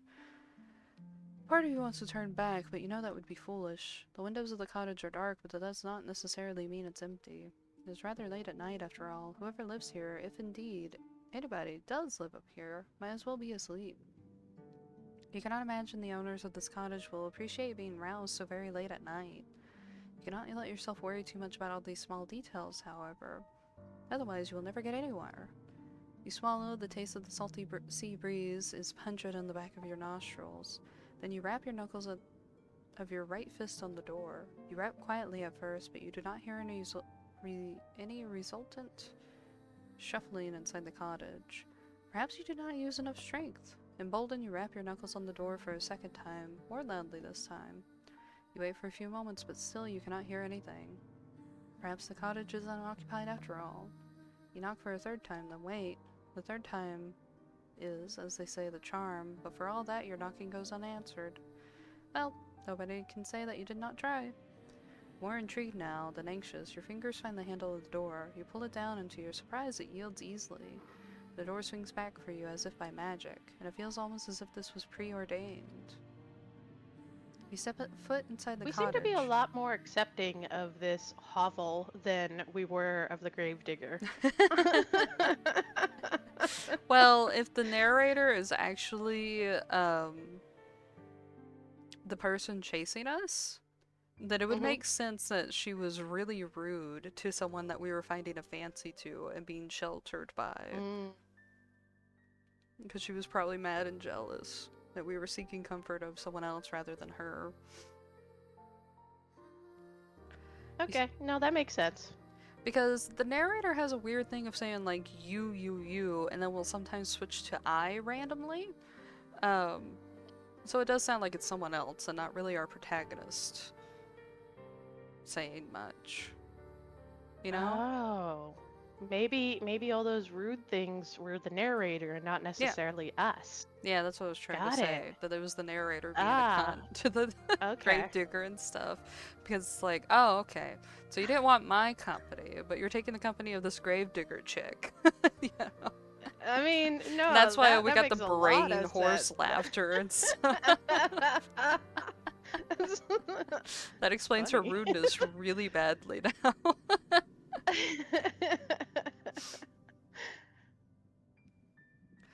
You step foot inside the cottage, which is very dark, and glance around. It is hard to see given the lateness of the hour, but the cottage interior is about as inspiring as its exterior, which is to say not very. It is every bit as small and as cramped as you fancied when you observed it from the outside. There are a few cupboards which line the walls, a wood fire which has since been extinguished, and a straw pallet on the floor which must function as a bed. Your search is unsuccessful, however, when it comes to trying to locate other humans. You cannot find another soul. Surely that is to your benefit, though? If nobody else lives here, then you might as well make yourself at home. Or as home as one can be, I suppose, in a small cramped cottage such as this, with holes on the roof. You close the door behind you, then approach the straw pallet. All of a sudden you feel incredibly weary. The tiredness that assails your limbs is absolute, so intense that it overcomes the last of your concerns. You settle down upon the straw pallet, yawning as you do. It's not comfortable, but being able to lie down eases some of your aches and pains. Lying down, even on an uncomfortable makeshift bed such as this one, is better than standing. It is far, far better than running. Your eyelids fall shut. Your eyelids fall slut. Your eyelids fall shut, your lashes melting Your together. eyelids are a slut. And soothed by the sounds of the wind and the distant rolling of the waves, you fall asleep. Then you begin to dream. It's not uncommon, of course, to dream. The best and the worst of us do it, from the queens to their castles to the peasants sleeping in the straw. Why, who is to say that all you have observed tonight has not, in sense, been a dream of its own. Freudian slip. If we hit scum with every Freudian slip. No, no, no. Would that make your nighttime fancies then a dream inside a dream? Perhaps our dreams are empty, hollow things stacked inside one another like little wooden dolls. Is that not a whimsical thought? How very droll. Your dreams, however, cannot be called whimsical, and neither are they particularly droll. They are not pure fabrications, as dreams sometimes are, fleeting fancies which can never come to pass. Your dreams are a rather more pernicious sort. In your dreams, you are at the conservatory, with your red hair tied back into two prim, proper braids. You are walking through the courtyard, clutching your books to your chest as you make your way to the library. Your head is bowed, so not to look at the faces of your passing classmates. You do not want to meet their eyes. Those girls with their sensible braids and their sensible shoes are merciless. You hunch your shoulders together in the stream of yours as not to draw their attention, but alas, it is not enough. You stumble, clumsy thing that you are, and you fall, and just like that all eyes are upon you. They are staring at you. They are laughing at you. You lay there on the ground by the fountain, your books scattered and your skirt in a woeful state of disarray.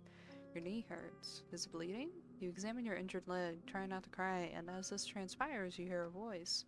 One of her classmates is calling out to you. She has acknowledged you. You look up shyly, tears beating in your eyes, at a girl taller than you and prettier, much more refined. She extends her hands towards you. Does she mean to help you? It cannot hurt to try, can it? Hesitantly, you reach out to accept her offered aid. Her fingers call around yours tightly, perhaps too tightly. Her nails dig into your skin. It hurts. Deftly, the girl pulls you to your feet. Your legs feel weak from your fall, and your knee is still aching, still bleeding. You stumble, feeling out of sorts, but you are not afforded much of an opportunity to gather your bearings.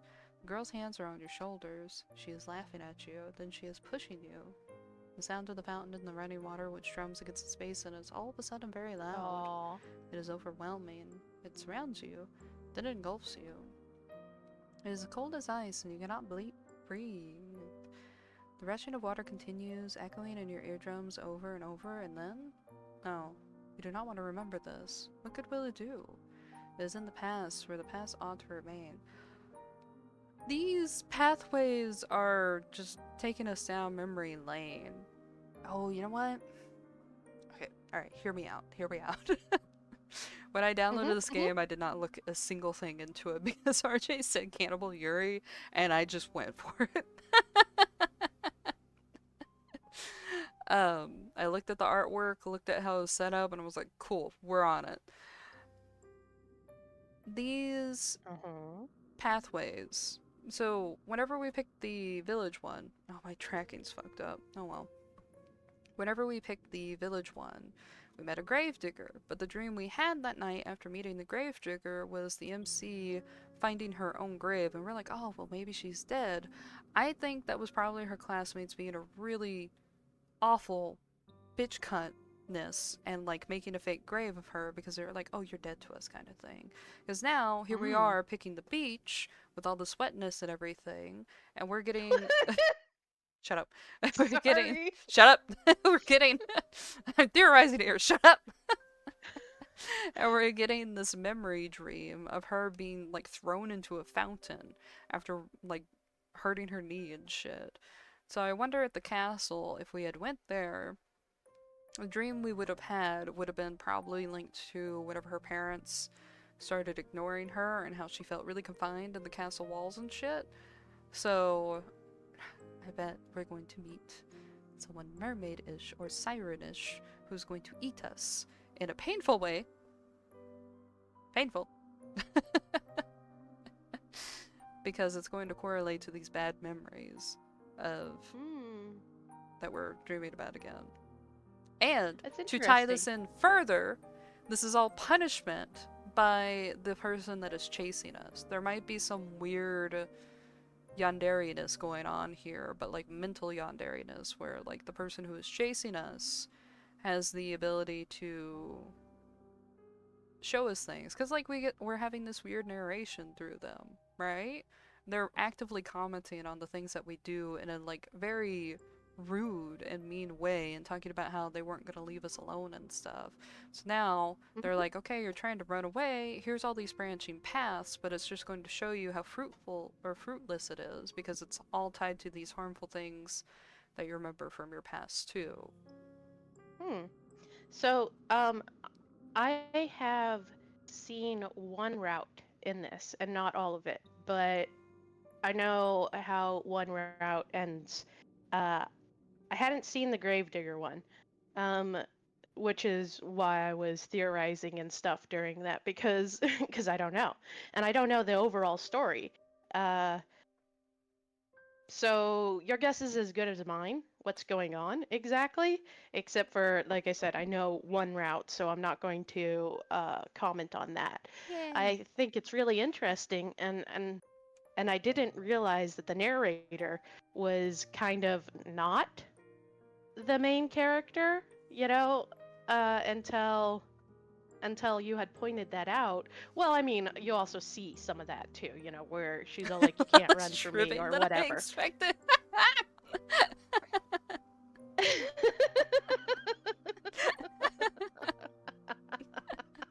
You know what?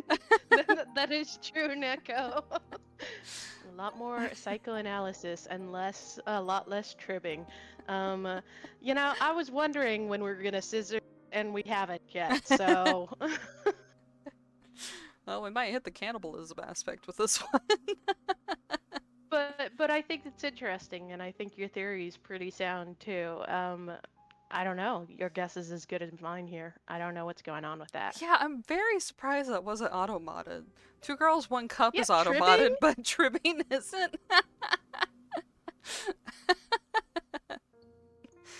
Is there more than one definition to tribbing? Probably not.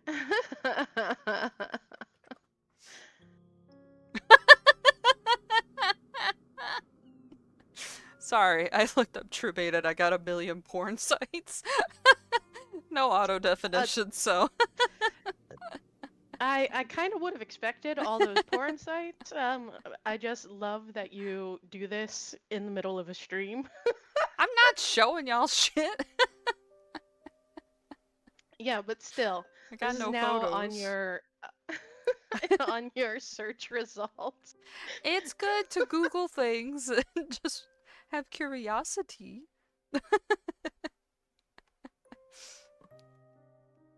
Got all my Google search results. Yeah, now Google knows what you like.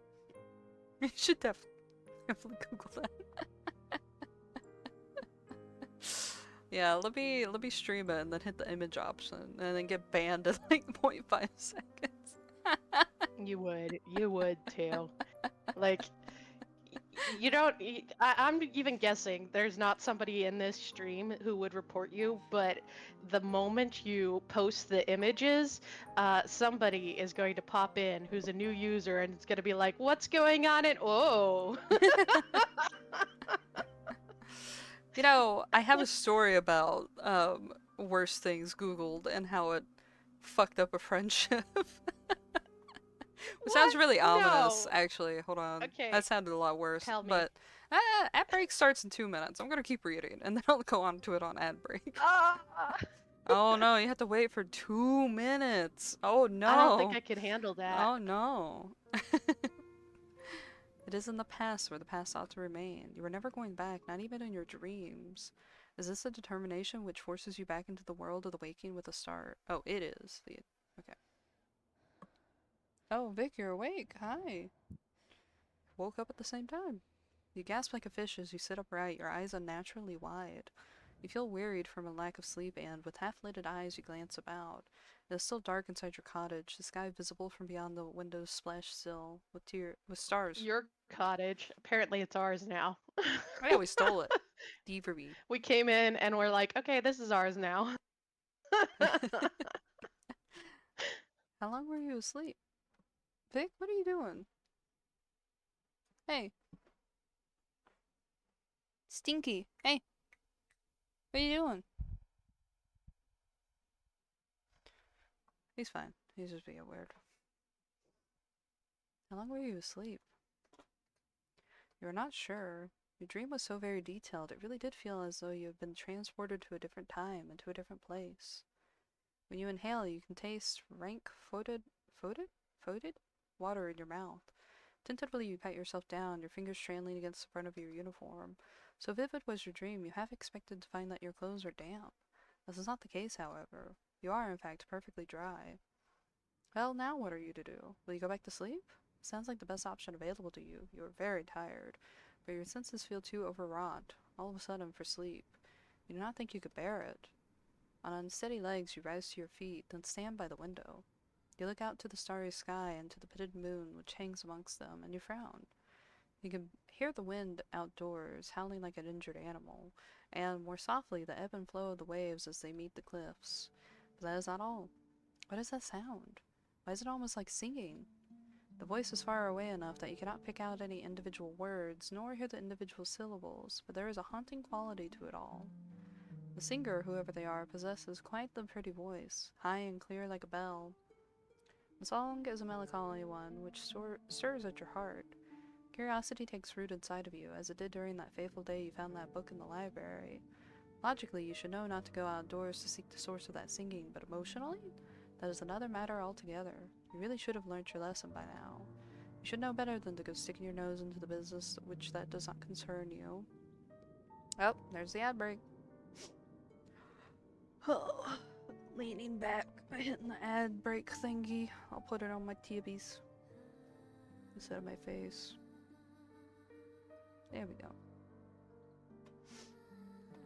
Alright, this story is gonna be very disappointing as I actually fucked up prefacing it. RJ, are you around? I am. Alright. I'm waiting. I'm waiting. Whenever I was in college for a brief time, I had known a friend group, which turned out to be fucking awful friend group. But I got along with some of them more than the others. And there was this guy that lived at the friend group's house, because it was like a bunch of roommates together, right? And one of them I talked to a little bit more than the others, because he was pretty sane in comparison to the others. And they didn't I got stuck at a gas station. I accidentally locked myself out of the car of the gas station, and I could not. I didn't have any spare keys. The only person who had the spare keys was like 30 minutes away and at work, and they couldn't bring it to me. It was going to be a few hours. And I was like, well, this car was like a really older car. Not like super old, but like I had locked myself out of it once on accident, and I took the metal part of a pin that like you clip to your shirt and everything, and I just stuck it into the keyhole and turned it, and it unlocked it. So like I was like, okay, I've picked this car. Picked being a very strong word, but I managed to pick it once before. It wouldn't be that hard. So like I called this guy and I was trying to see if he'd be able to like come pick me up, and he said he couldn't because he was working on an essay. And I was like, you are 10 minutes down the road. You can't, like, pick me up? Just, like, take 10 minutes out of the day to come and get me out of the car? And he was like, no, I've really got to work on this essay. I can't afford any time. I was like, okay, well, I'm stuck at this gas station, at the pump. I can't move. I can't unlock my car. I have nowhere to go for, like, a minimum of 4 hours. Please? No. I was like, okay. I was like, can you then Google how to lockpick this make and model of the car? I'm like, it shouldn't be that hard. I've done it before. I'm sure a lot of people have accidentally done this, and there's like some instructions online on like some kind of Reddit post or something, because Reddit has everything. And he said no, because he did not want his search history to look weird. And I want you to look me in the eye. This man had so many figures of like Nintendo and anime and all this shit that I knew that his search history had far worse fucking things in it, just at a glance of his fucking room. But he was like, no, I don't want my search history to look weird. And I know, hearing that story, you're probably like, well, that guy just did not care about you. Like, he was not a good person. He didn't care about you. He was trying to make it clear he didn't want to help you. No! No! He was upset after that I stopped talking to him. And he was confused as to why I stopped talking to him. So much so that he cornered me and my brother at a GameStop when my brother was like pretty young and everything, and was talking about how unfair and rude it was that I ghosted him after that. And I was like, what do you mean? You know who helped me? My fuck buddy at the time. My fuck buddy had to come and get me from the gas station. And he let me stay with him while I had to get the car situation worked out. Out of all the people to rely on, the fucking fuck buddy. I was like, oh my god. Fuck buddy wasn't a great person too, so that kind of adds to that. Maybe he's not working on. I don't know, because he was the type of kid to. Okay, kid is strong. We were both like 23 or something, but he was like the type to be had incentive.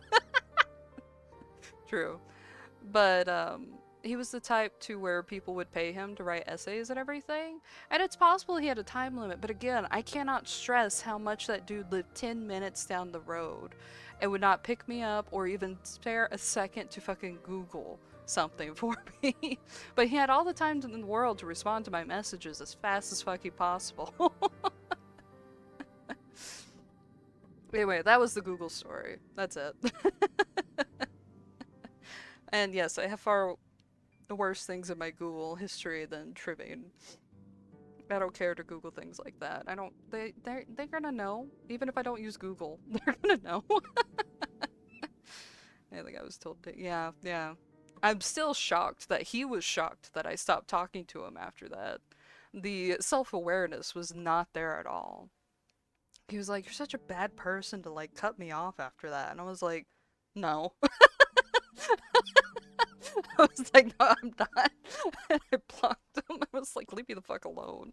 Because he was like messaging me after the GameStop encounter. Because I was like, you don't think it's fucking weird to corner me with my kid brother at the time? I was like, what the fuck is wrong with you? Anyway. Sorry I wasn't as entertaining. I probably accidentally let it to be after the follow-up of Googling tribbing and not giving a shit. No, it was fine. It was fine.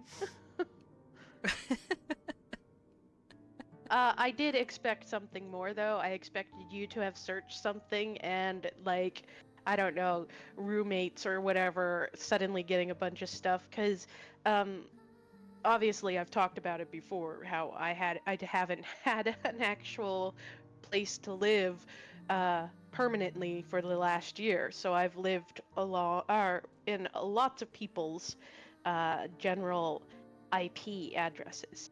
And you know, you get targeted ads no matter what. Even if you have all that shit turned off, all it turns off is the ability for them to collect information from you, which means the average user doesn't know how to do that sort of stuff. So whenever I'm staying somewhere, whoever, you know, searches in that vicinity, I get ads targeted at them because that's the info they have. So like so I kind of expected it to be that you search something and then suddenly all this stuff is popping up, because I find it hilarious, the info that they go off of. And I can always tell what somebody's interested in because those are the ads that I end up getting. Because like I said, I have all the ad collection stuff turned off, so they can't get any info from me. Oh, have fun, Neko. Damn, you work on Sunday? Have fun, Neko. I think questioning Neko's all the ahead of ads you, I got. like Oh, me. yeah, right. It's Monday for both y'all. So, yeah. Yeah. I'm stuck in the past. You are. More than one By way. the way, Monday's looking good. Hell yeah. Watch me walk into work and get fired tomorrow. I mean, No, It is what no, it no, is. don't say that. Oh my god. I mean,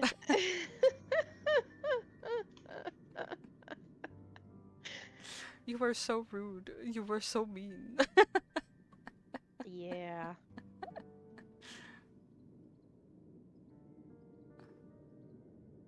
Um, the Brit in the server is complaining about the misspelling an insult that Jude used. Yeah, no, that makes sense. I would agree with that. I'd be like, God, English speakers can't even get it right. This is the Queen's English. I don't have too many problems Googling things. Back on that topic for a second, because they're all tracking what I write anyway, through my keyboard, through docs, through like anything. And most of the time, the reason I'm Googling shit is because I'm a writer. But I'm also a smut writer. I look up weird shit because of that. I look up weird positions and like how squirting works and other things.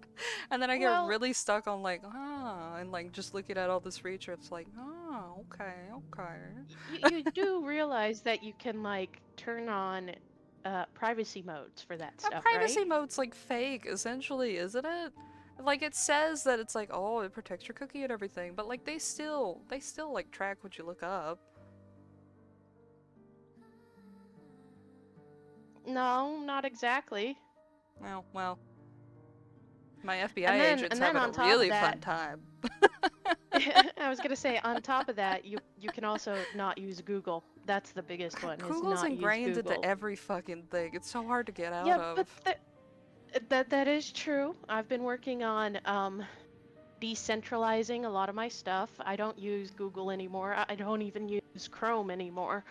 Um, but there are other search engines that you can set as your default search engine, um, especially on Firefox, or you can use DuckDuckGo, um, which is a very secure web browser.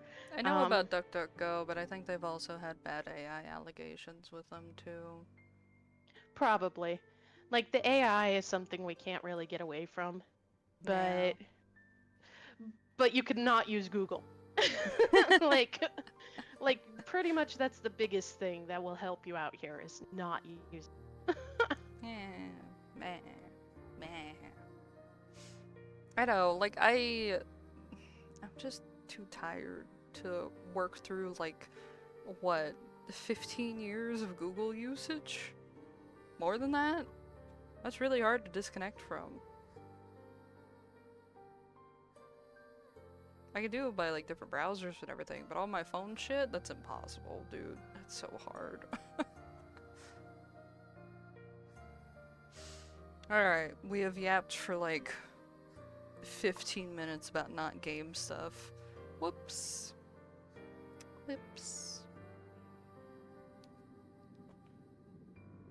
You should know better than to go sticking your nose into a business which does not concern you. But naughty little girls such as you never do learn. Damn. Ooh.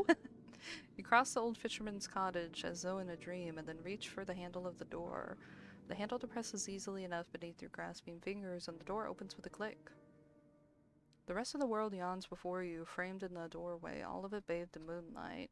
You thought it was cold inside the cottage, but it is colder still now that the door is open. An unpleasant wind rushes forth to meet you, knifing mercilessly through the fabric of your uniform. You look across the cold and hospitable landscape, your fingers clenched into fists at your sides. Then you step out into the unknown. You canvas the cliff above. Oh, Jesus fucking Christ. You canvass the cliff face, led by nothing more than that luxurious singing, so haunting in your urethral voice.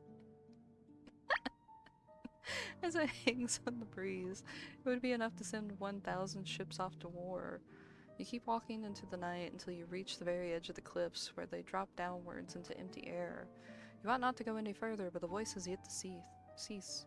You can still hear it echoing inside your head. It compels you to act. You look down at the shore, which seems like a dizzying distance away, then out to the ocean, which is breaking against the scattered rocks below.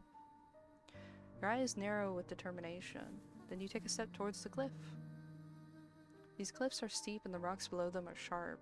You can see them glinting in the darkness, their tips jagged like the teeth of hungry predators. The cold wind blows, wrecking your hair, and you shudder from it. Your shoes were not built for scaling cliffs, and your heels do not have much in the way of purchase, particularly not when the cliffs are so steep. Clinging to the cliffs is no small feat. You are determined to ease yourself down onto the shore, in one piece preferably.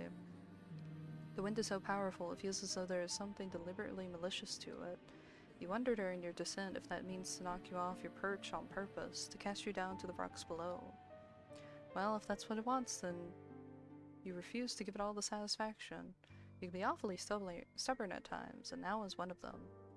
You continue to climb. How long have you been at it now? Until at long last your feet can meet the shoreline below. You have made it. You do not sustain too many injuries. Your palms are throbbing, yes, after gripping those rocks, and you might have a few cuts, but your wounds are of a shallow and superficial sort. Things could have been worse. You flex your fingers. They feel uncomfortably numb and cold alongside it. Your skin is prickling, but at least you can still feel discomfort. At least it's still attached to your bones, where it ought to be, your vital organs concealed within the hollow cavity of your body. You have a lot to be thankful for. The site has, by and large, been quite successful. There are no longer any obstacles between you and the mysterious voice which lulled you outdoors. Now you must find them. You set off down the shore on the hunt of the singing voice which has captivated you so.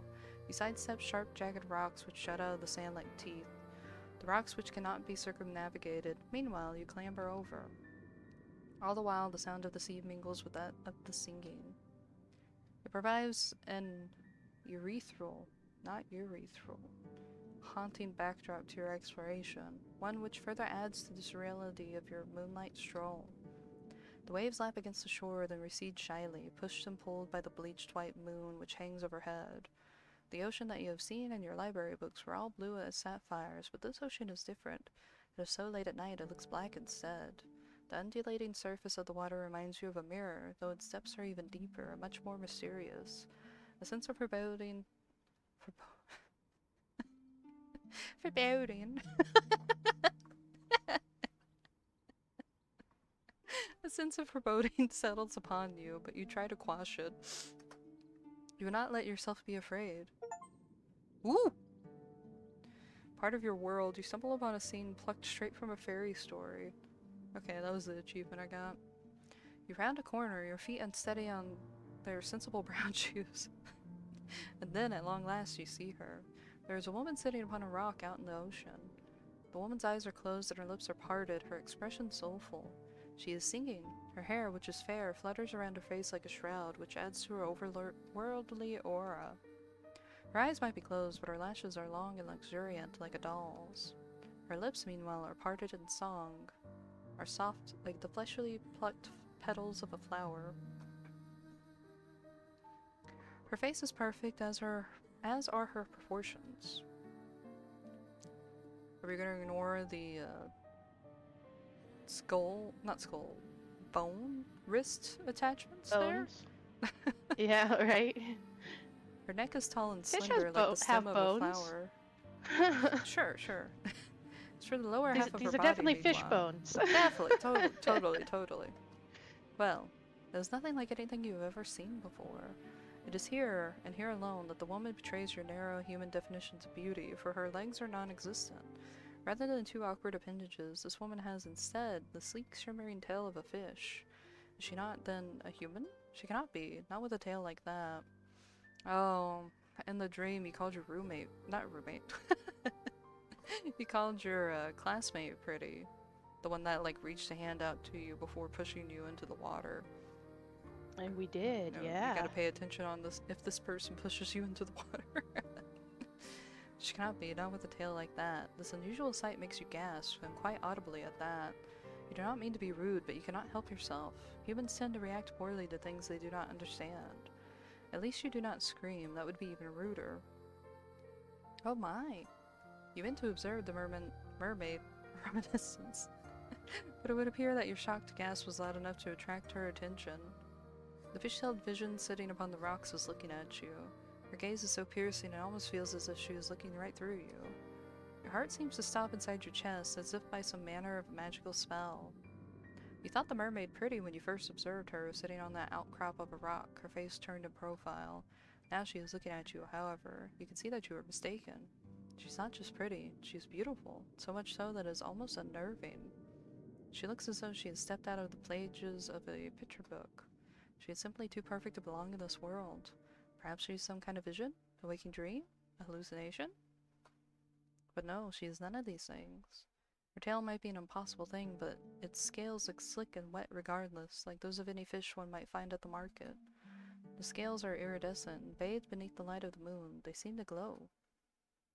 The sight of her rather takes your breath away. You look at the mermaid. She looks back at you. You prepare yourself, expecting some sort of altercation, but the surprise soon fades from the mermaid's face. Her lips, which were once pursed at a frown, now shift upwards. She is smiling. Then she says in a refined sort of voice, My, it really is good to see a human again, particularly a human girl. I was beginning to fear that your kind had all disappeared, and I would no longer have anybody left to tell me of the world above the waters. My, this is quite the effusive greeting. The mermaid's introductory speech is positively brimming with excitement of a sweet, girlish variety. She was rather more amicable than the fine polish of her syllables would make one suggest. You might be a well-bred lady yourself with an accent to match, but you cannot help but feel overwhelmed. Anxiously, you observe the mermaid, and you ask her what she means. What happened? As to that, I'm afraid I cannot say. I've been sitting on these rocks and singing for many, many nights, but nobody has come to see me. There have been no lovely humans for me to play with. I was beginning to wonder whether your kind had disappeared altogether.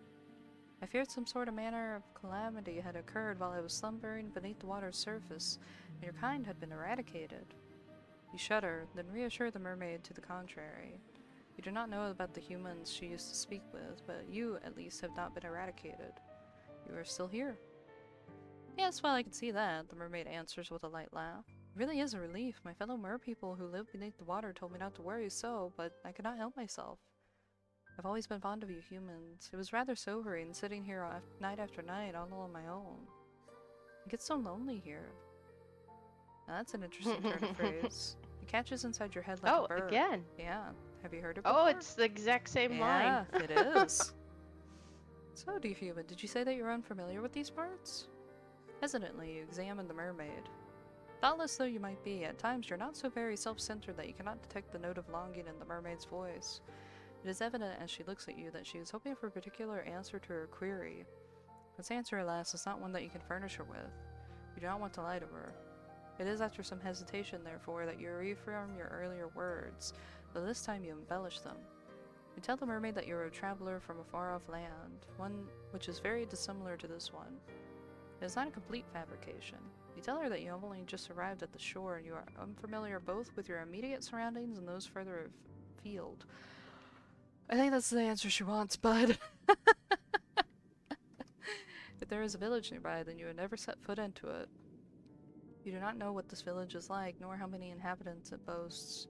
You do not know if a calamity, as the mermaid grimly supposed, has struck this land. But if she fears all the humans within the immediate vicinity have lain low by some mysterious malady, then she needn't worry overly on that score. You are still alive. Are you not, you wonder, enough to satiate her curiosity with the human realm? Yes, that is true. You are here. I am grateful, naturally, for your company, although... Wistfully, the mermaid sighs. I was rather hoping you might be able to bring me some news of the nearby village and of its inhabitants. This makes you wonder. Was there a particular person from this village she was close to? Or was it a nice, reliable food source? Oh, that's fine. So you're able to work that much out? The mermaid answers with a small smile. You're an intelligent one, aren't you? Your past professors beg to differ on that score. You were always awful when it came to academics, mathematics in particular. You can never get your head around all the numbers. Your stern, stony-faced math professor used to despair in you. But she is not here. None of them are here. It is just you now, and the mermaid, and she does not need to know about your dismal academic record. You allow yourself a small smile, touched by her compliment, and tell her that there is nothing more than a lucky guess. For a guess, it was remarkably accurate. You are quite right. I did have a close friend from the nearby village who was very dear to me. Certainly you congratulate yourself on this piece of detective work. How very clever you are. There are many humans in this world, that I know. The human I spoke with, however, was special. She was my human. You did not fail to catch the possessive note in that mermaid's voice. And I cherished her dearly. She would come to me on my rock late at night when she was finished with her chores, and we would talk. I asked her a good number of questions about the human realm, and about her customs. I fear my endless inquiries must have been rather tedious, but she was always happy to indulge me. She never once scorned me for my ignorance, and neither did she make me feel like a fool. She always made time for me, no matter how many demands she had on her time. She was a farmer's daughter, and she was awfully busy from dawn until dusk, threshing hay and taking the animals out to pasture. She told me of her work, and I marveled at her. Slender though she was, she possessed a truly tremendous amount of strength. I, who have lived in the ocean all my life, cannot countenance working as hard as she did, but she bore her burdens without complaining. She was not the prettiest human who has walked the earth, but that mattered not to me. Her conversation was engaging, and I knew through our continued encounters that she meant no ill will. She did not have even a single drop of malice in her heart. The wistful manner in which the mermaid speaks of her friend makes you feel, for a few brief moments, a flicker of some ugly primordial emotion. Could it be jealousy? It is painful, isn't it, to hear others wax poetics about those they hold dear, particularly when you yourself have never been regarded in so intimate a manner? You have for many, many years been woefully alone. But you're not alone now. You are with the mermaid, and she is with you, and though she might prefer to be in the company of an industrious farmhand, the farmhand is not here. Where did she go? Oh, if only I knew. She quite simply disappeared one day, almost as if she had been whisked away by a wicked spirit. It seemed like quite the anticlimactic ending for such a close relationship. Did the farmhand not tell her companion beforehand that she might one day disappear? No, she did not. Nothing of the sort happened. It was all very sudden. So you ask, feeling affronted by the mermaid's behalf, did she not give you any warning? Not a single one. And when, you ask, did she disappear? I do not know, in truth. Time is a strange concept to beings such as myself, particularly as it seems to ebb and flow differently both above and below the surface. You humans have a strange compulsion to pin down to place labels upon everything. You have names for your seasons, for your months, even for your days of the week. It is all very precise. We merfolk, however, do not bother with such affairs, perhaps because we live for so much longer than you humans do. We have no need to obsessively document our days, not when we have so many of them at our disposal. This curious remark catches your attention. How long exactly do mermaids live for? The mermaid does not look much older than you, but you cannot help but wonder. My, nosy aren't we? The mermaid asks, and she laughs, a soft tinkling sound like that of a bell, which makes you blush. Were you being nosy? Perhaps you were. Hello, RG. Hello, I have returned. You have returned. You've always had a thirst for knowledge, not of the dry, dusty academic variety, but of stories peopled with strange persons. Literature was the only subject you were ever any good at. Again, it's hard for me to quantify, but to put it in terms a human like you can understand, I suppose we mermaids can live for centuries. Centuries? That's quite the surprise. Perhaps it shouldn't be. You have been subjected to any number of surprises tonight. What is one more to add to the pile? I have not been waiting that long, however, for my friend to return to me. I think it has been but a few seasons. That's a lot. It might not sound like much, but never before have I been so aware of the passage of time. I've experienced any number of monsters in my life, but I would never wanted anything quite as badly as I want to see her. I wish she would sit with me and she would talk with me just one more time. Perhaps I am asking for an impossibility. I have been waiting for her long enough now to presume that she will not be returning to me. I fear that something must have happened to her, or to her family, or perhaps to her whole village. You can hear the worry throbbing in the mermaid's voice, so potent that, for a few moments, you swear you can feel the depths of her sorrow within your own breast. Her sadness over this human girl is deep, dark thing, almost fathomless. You cannot let yourself indulge in it for too long, otherwise you fear you might drown in it. Ruefully, you tell the mermaid once more that you cannot help her. You are a traveler, after all. What do you know of a single insignificant farmhand in a nearby village? Yes, I thought you might say that. It's quite unfortunate, but... oh well. I ought not to reflect upon all that I am missing. That would be churlish of me. It would not be fair of you either. You do not approach me, I am sure, with the hope of hearing about all my woes. You should be grateful instead, for it is all that I do have. I still have my long, long life, which stretches before me like a golden cord, and of course I have you now. Does she? Do I not? I have to go soon, but before my absence is noticed. But will you not come and visit me again tomorrow night? I think I would like that. I've always enjoyed speaking to humans. You make me feel less alone. You cannot help but feel, as the mermaid observes you with those enchanting eyes of hers, that she does not truly wish to speak to you for your sake. She wants to use you instead as a substitute for the farmhand that she has been missing so very ardently. The thought stings, though you should really be used to it. Still, to be held in the lower esteem than a farmhand, of all things. Oh my god! It makes your self-esteem sting. You try not to let the mermaid notice this, though. The woes of your past are not her fault, much as the woes of her past are not yours. It is silly, in any case, to be jealous of a girl who might very well be dead. We have no tact. That's what you tell yourself. It is the only way to prop up your bruised sense of self-worth. You would, you tell the mermaid after a pause, like to see her again. You would like that very much. Oh, thank you. I've been feeling very gloomy for quite some time, but seeing you has invigorated me. Finally, it feels as though I could smile again. Did she not smile, you wonder, after her friend disappeared? I did not know. I did not have the heart. Without her, the world seemed very dull and drab. Your company has cheered me immensely. This is why I like humans so much. You are not callous and unfeeling like the merfolk who live beneath the water's surface. You are much kinder than they are. Oh, if only she knew. If the mermaid was aware, I wonder, of how petty you are and how jealous, would she still care for you? Well, that is neither here nor there.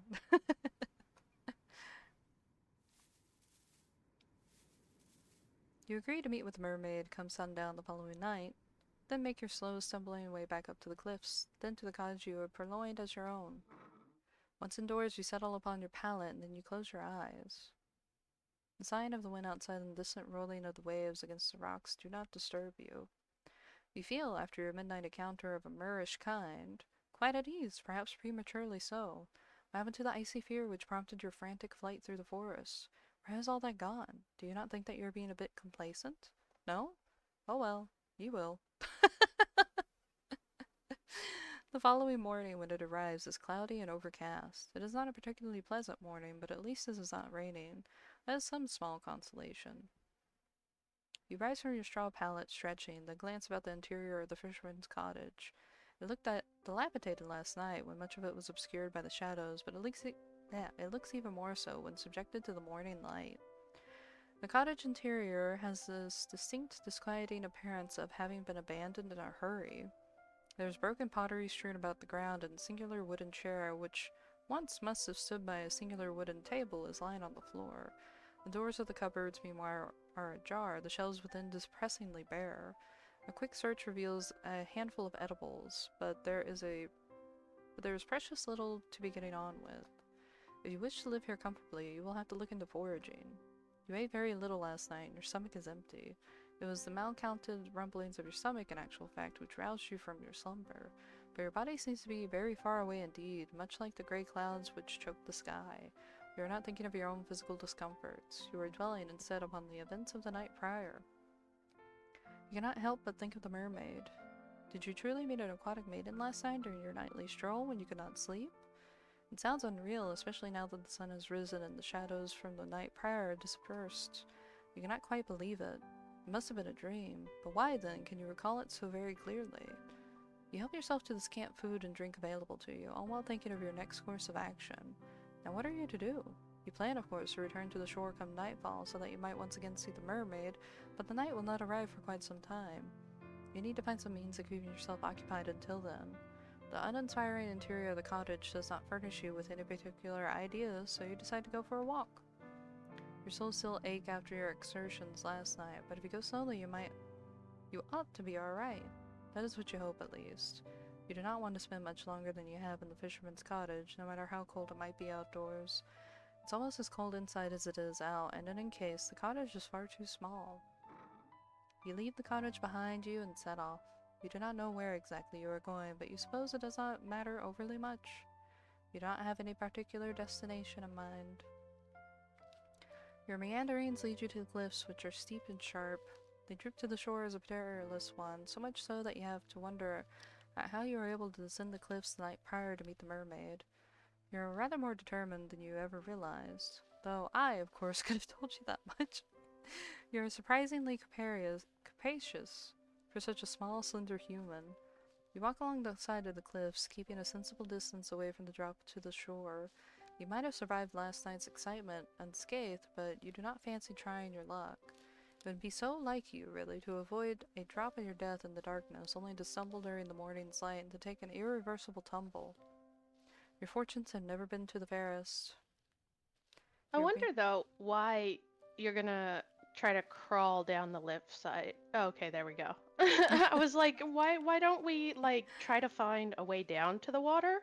I mean, don't get me wrong, okay? I grew up on an island, and my island, mine, as if I owned it. Andre Island. The island had a lot of cliff sides and stuff like that. We have beaches as well. So, point is I understand the whole cliffside thing and that there's really no way to get down to the beach in some areas. But if there's a beach, there is a way to get down there. If you walk far enough. I'm getting so I was just tired. Oh, okay. You want to go to bed? Not bad, but well, I have stuff to do. I might get to a stopping point in this in a few minutes. It's been almost 4 hours. Yeah. It has. I forgot how reading for 4 hours straight hurts. I don't talk on the phones that much anymore. My office life has been really quiet, and people think I don't want to talk all the time, so I'm like, oh, I don't have to use my throat. You know what? Redact that. Redact that phrasing. Void it from your minds. Shwump! I don't know if I can. Shut the fuck up. Your meanderings along the cliff reveal to you all manners of curious flora. In what way? You thought the night prior that the cliffs were weather blasted, but now you see that your assumptions were incorrect. There are flowers here, very warm and bright, like the sun's light during the summertime. Or you think, with a flush of pleasure, of the fair hair of the mermaid, whom you are certain you spoke to last night. These flowers are so very like her hair, it's uncanny. Uncanny? Uncanny. You step towards the flowers, drawn towards them, and sink down to your knees. The tall grass brushes your ankles like a caress, and the morning dew wetting your skirt. Vic? Hi. You're itchy, but you're kicking the closet door as you scratch. Yeah, we heard that. Whoops, sorry. My desk is right by my closet, and so when Vic sleeps behind me, he's at the closet. And, you know, mosquitoes are out and stuff, so sometimes he gets bug bites and he'll scratch at himself, and he's just kicking the fucking door the whole time. I like to check and make sure he's not having a fit, too, so... Tall grass brushes your ankles like a caress, the morning dew wetting your skirt. Your clothes are getting damp, as are your legs, but you care not for this minor discomfort. You've just had an idea. Why not make a gift for your new friend? You were sure that she would appreciate it. Why would she not? She told you in a voice which was steeped with dolor that she had been feeling lonely. You want to see her again, and when you see her, you would like to make her smile. It is with this thought in mind that you begin to pick the flowers which are growing upon the cliffside. These flowers do not have any thorns, and their delicate stems snap easily enough between your fingers. You take care when plucking these flowers to leave a substantial amount of stem intact. You will need the stem so that you might twine the flowers together. You mean to make for your mermaid a diadem, something she will be able to wear in her hair. This tiara is certain to suit her. She is so pretty anything would suit her. You continue to work, slow and steadfast, as the weak sun shines. It takes time, but you are eventually able to fashion something you are satisfied with. You only hope that the mermaid will feel similarly, if indeed she really does exist. Carefully you pocket your makeshift diadem, and then decide to forage for some food. You discover during your search some fruit trees whose sweet burdens are enough to fortify your spirits. For the present, at least. It is fortunate, really, that you are so excited about your moonlight rendezvous with the mermaid. If you were less focused upon the future and dwelt more in the immediate present, you might have more of an appetite. The emptiness in your stomach assuaged, you return to the cottage, whereat you mean to wait for the settling of the sun. There's very little to do, you This might soon be a good discover. place to stop if you're waiting for the setting sun so you can go talk to your mermaid friend again. Yeah, I was gonna wait until, like, we pass the time and we're about to see. I was gonna be like, okay, Okay. I'll do it. There's very little to do, you soon discover, in the cottage other than checking the cupboards and sweeping the floor, occupations which both feel depressingly pointless. There are no books to read either, with which you might pass your idle hours. You do, however, busy yourself with trying to light a fire so that you might ward off the cold. The time is horribly slow in passing, in part because you have precious little to do, but also because you cannot stop thinking of the mermaid. Will she really return to the shore as she said she would? Can you truly trust her? Oh, you hope that you can. If she were not present at your designated meeting place, you think you might die from disappointment. The seconds continue to trickle by, unchecked by any hourglass, and as they do, the sun sinks beneath the horizon. Part of you worries, however, it still might be too early to search for the mermaid. Will she be there yet? You sit there, your stomach tied up in ancient knots, and as you listen to the wind which buffets your windows, you hear it. The sound is faint, but you recall it well from the night before. There is a single solitary voice outdoors, tempest tossed amidst the rolling waves. The voice is a high, clear one, silvery, if indeed voices can have colors, like a finely polished inner plate in a noblewoman's home. The voice belongs to, of course, the mermaid. Who else do you know with a voice as angelic as that? Relief begins to bubble up inside you, a relief so potent that you feel dizzy from it. She did not abandon you after all. Why, you wonder, did you ever think she would? She said she wanted to see you. Did you think that a mere nicety? Boyd. As if by a gentle breeze, you hurry to the door. With trembling fingers, they are trembling, I presume, from excitement rather than fear, you seize the handle and turn it. And you step out into the dark, inky night. Alright, I'm saving there. My throat hurts. My throat. What does this X up here do? Oh. Okay, I was curious about that this whole time.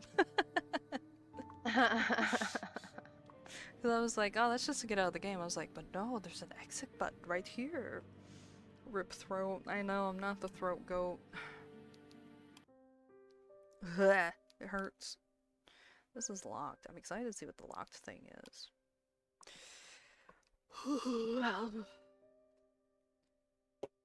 Hi. Thank you guys for joining. My throat is killing me. I still have to think about what we're going to be doing for next week's stream. I know on Tuesday I want to finally do Deltarune Chapter 4 like I promised last week and didn't get to do. Thursday I have no idea what the fuck I do. So if there's anything that you guys want to see, feel free to let me know. Sunday, probably continuing this. Visual novel Sundays, You'll probably indie finish game it by the Sundays. last one, I think. I mean, would hope you've so. done... Yeah. I mean, by the next one, I think, because, yeah, you've done a route and a half, and I would assume it would wrap up pretty soon. Like I said, I haven't played the whole game. I only saw one route, so I think you'd get it. I think I'll have to do all of them, and then I'll have an extra one. That's my guess. Since it seems to be leading to a thing of being shown how we cannot live properly without whoever we are running away from. Unless whoever we are running away from lives in the castle route. Kinda doubt it, but I have no idea, because we didn't select that one. But if they don't, then I feel like we have to go through the castle route, and then we have to go through the quote-unquote true route / ending kind of thing. Which might have a lot of backstory to it, is what I'm assuming. But I like this a lot so far. My throat just hurts, and I lost all my energy. You guys probably could tell that as I was just like, I'm having fun with it. Yeah. Don't get me wrong. You were definitely draining near the end. Like, I could tell. You're just like, okay. I was like, oh. But it was fun. I had a lot of fun. That Yeah. Gravedigger girl was pretty interesting. She was cute. She was cute. Who knew? Apparently I like types like LB a lot. I know! Yeah. The beauty of being bisexual, right? Men, women, as long as they want to stuff me, I'm good with it. Hell yeah, brother. Thanks for having me today. Of course, buddy, you're always invited. You know that. And thanks everyone for coming out. Yeah, thanks everyone. Thank you for joining. I'm going to leave before I ruin my throat even more. Goodbye. Bye.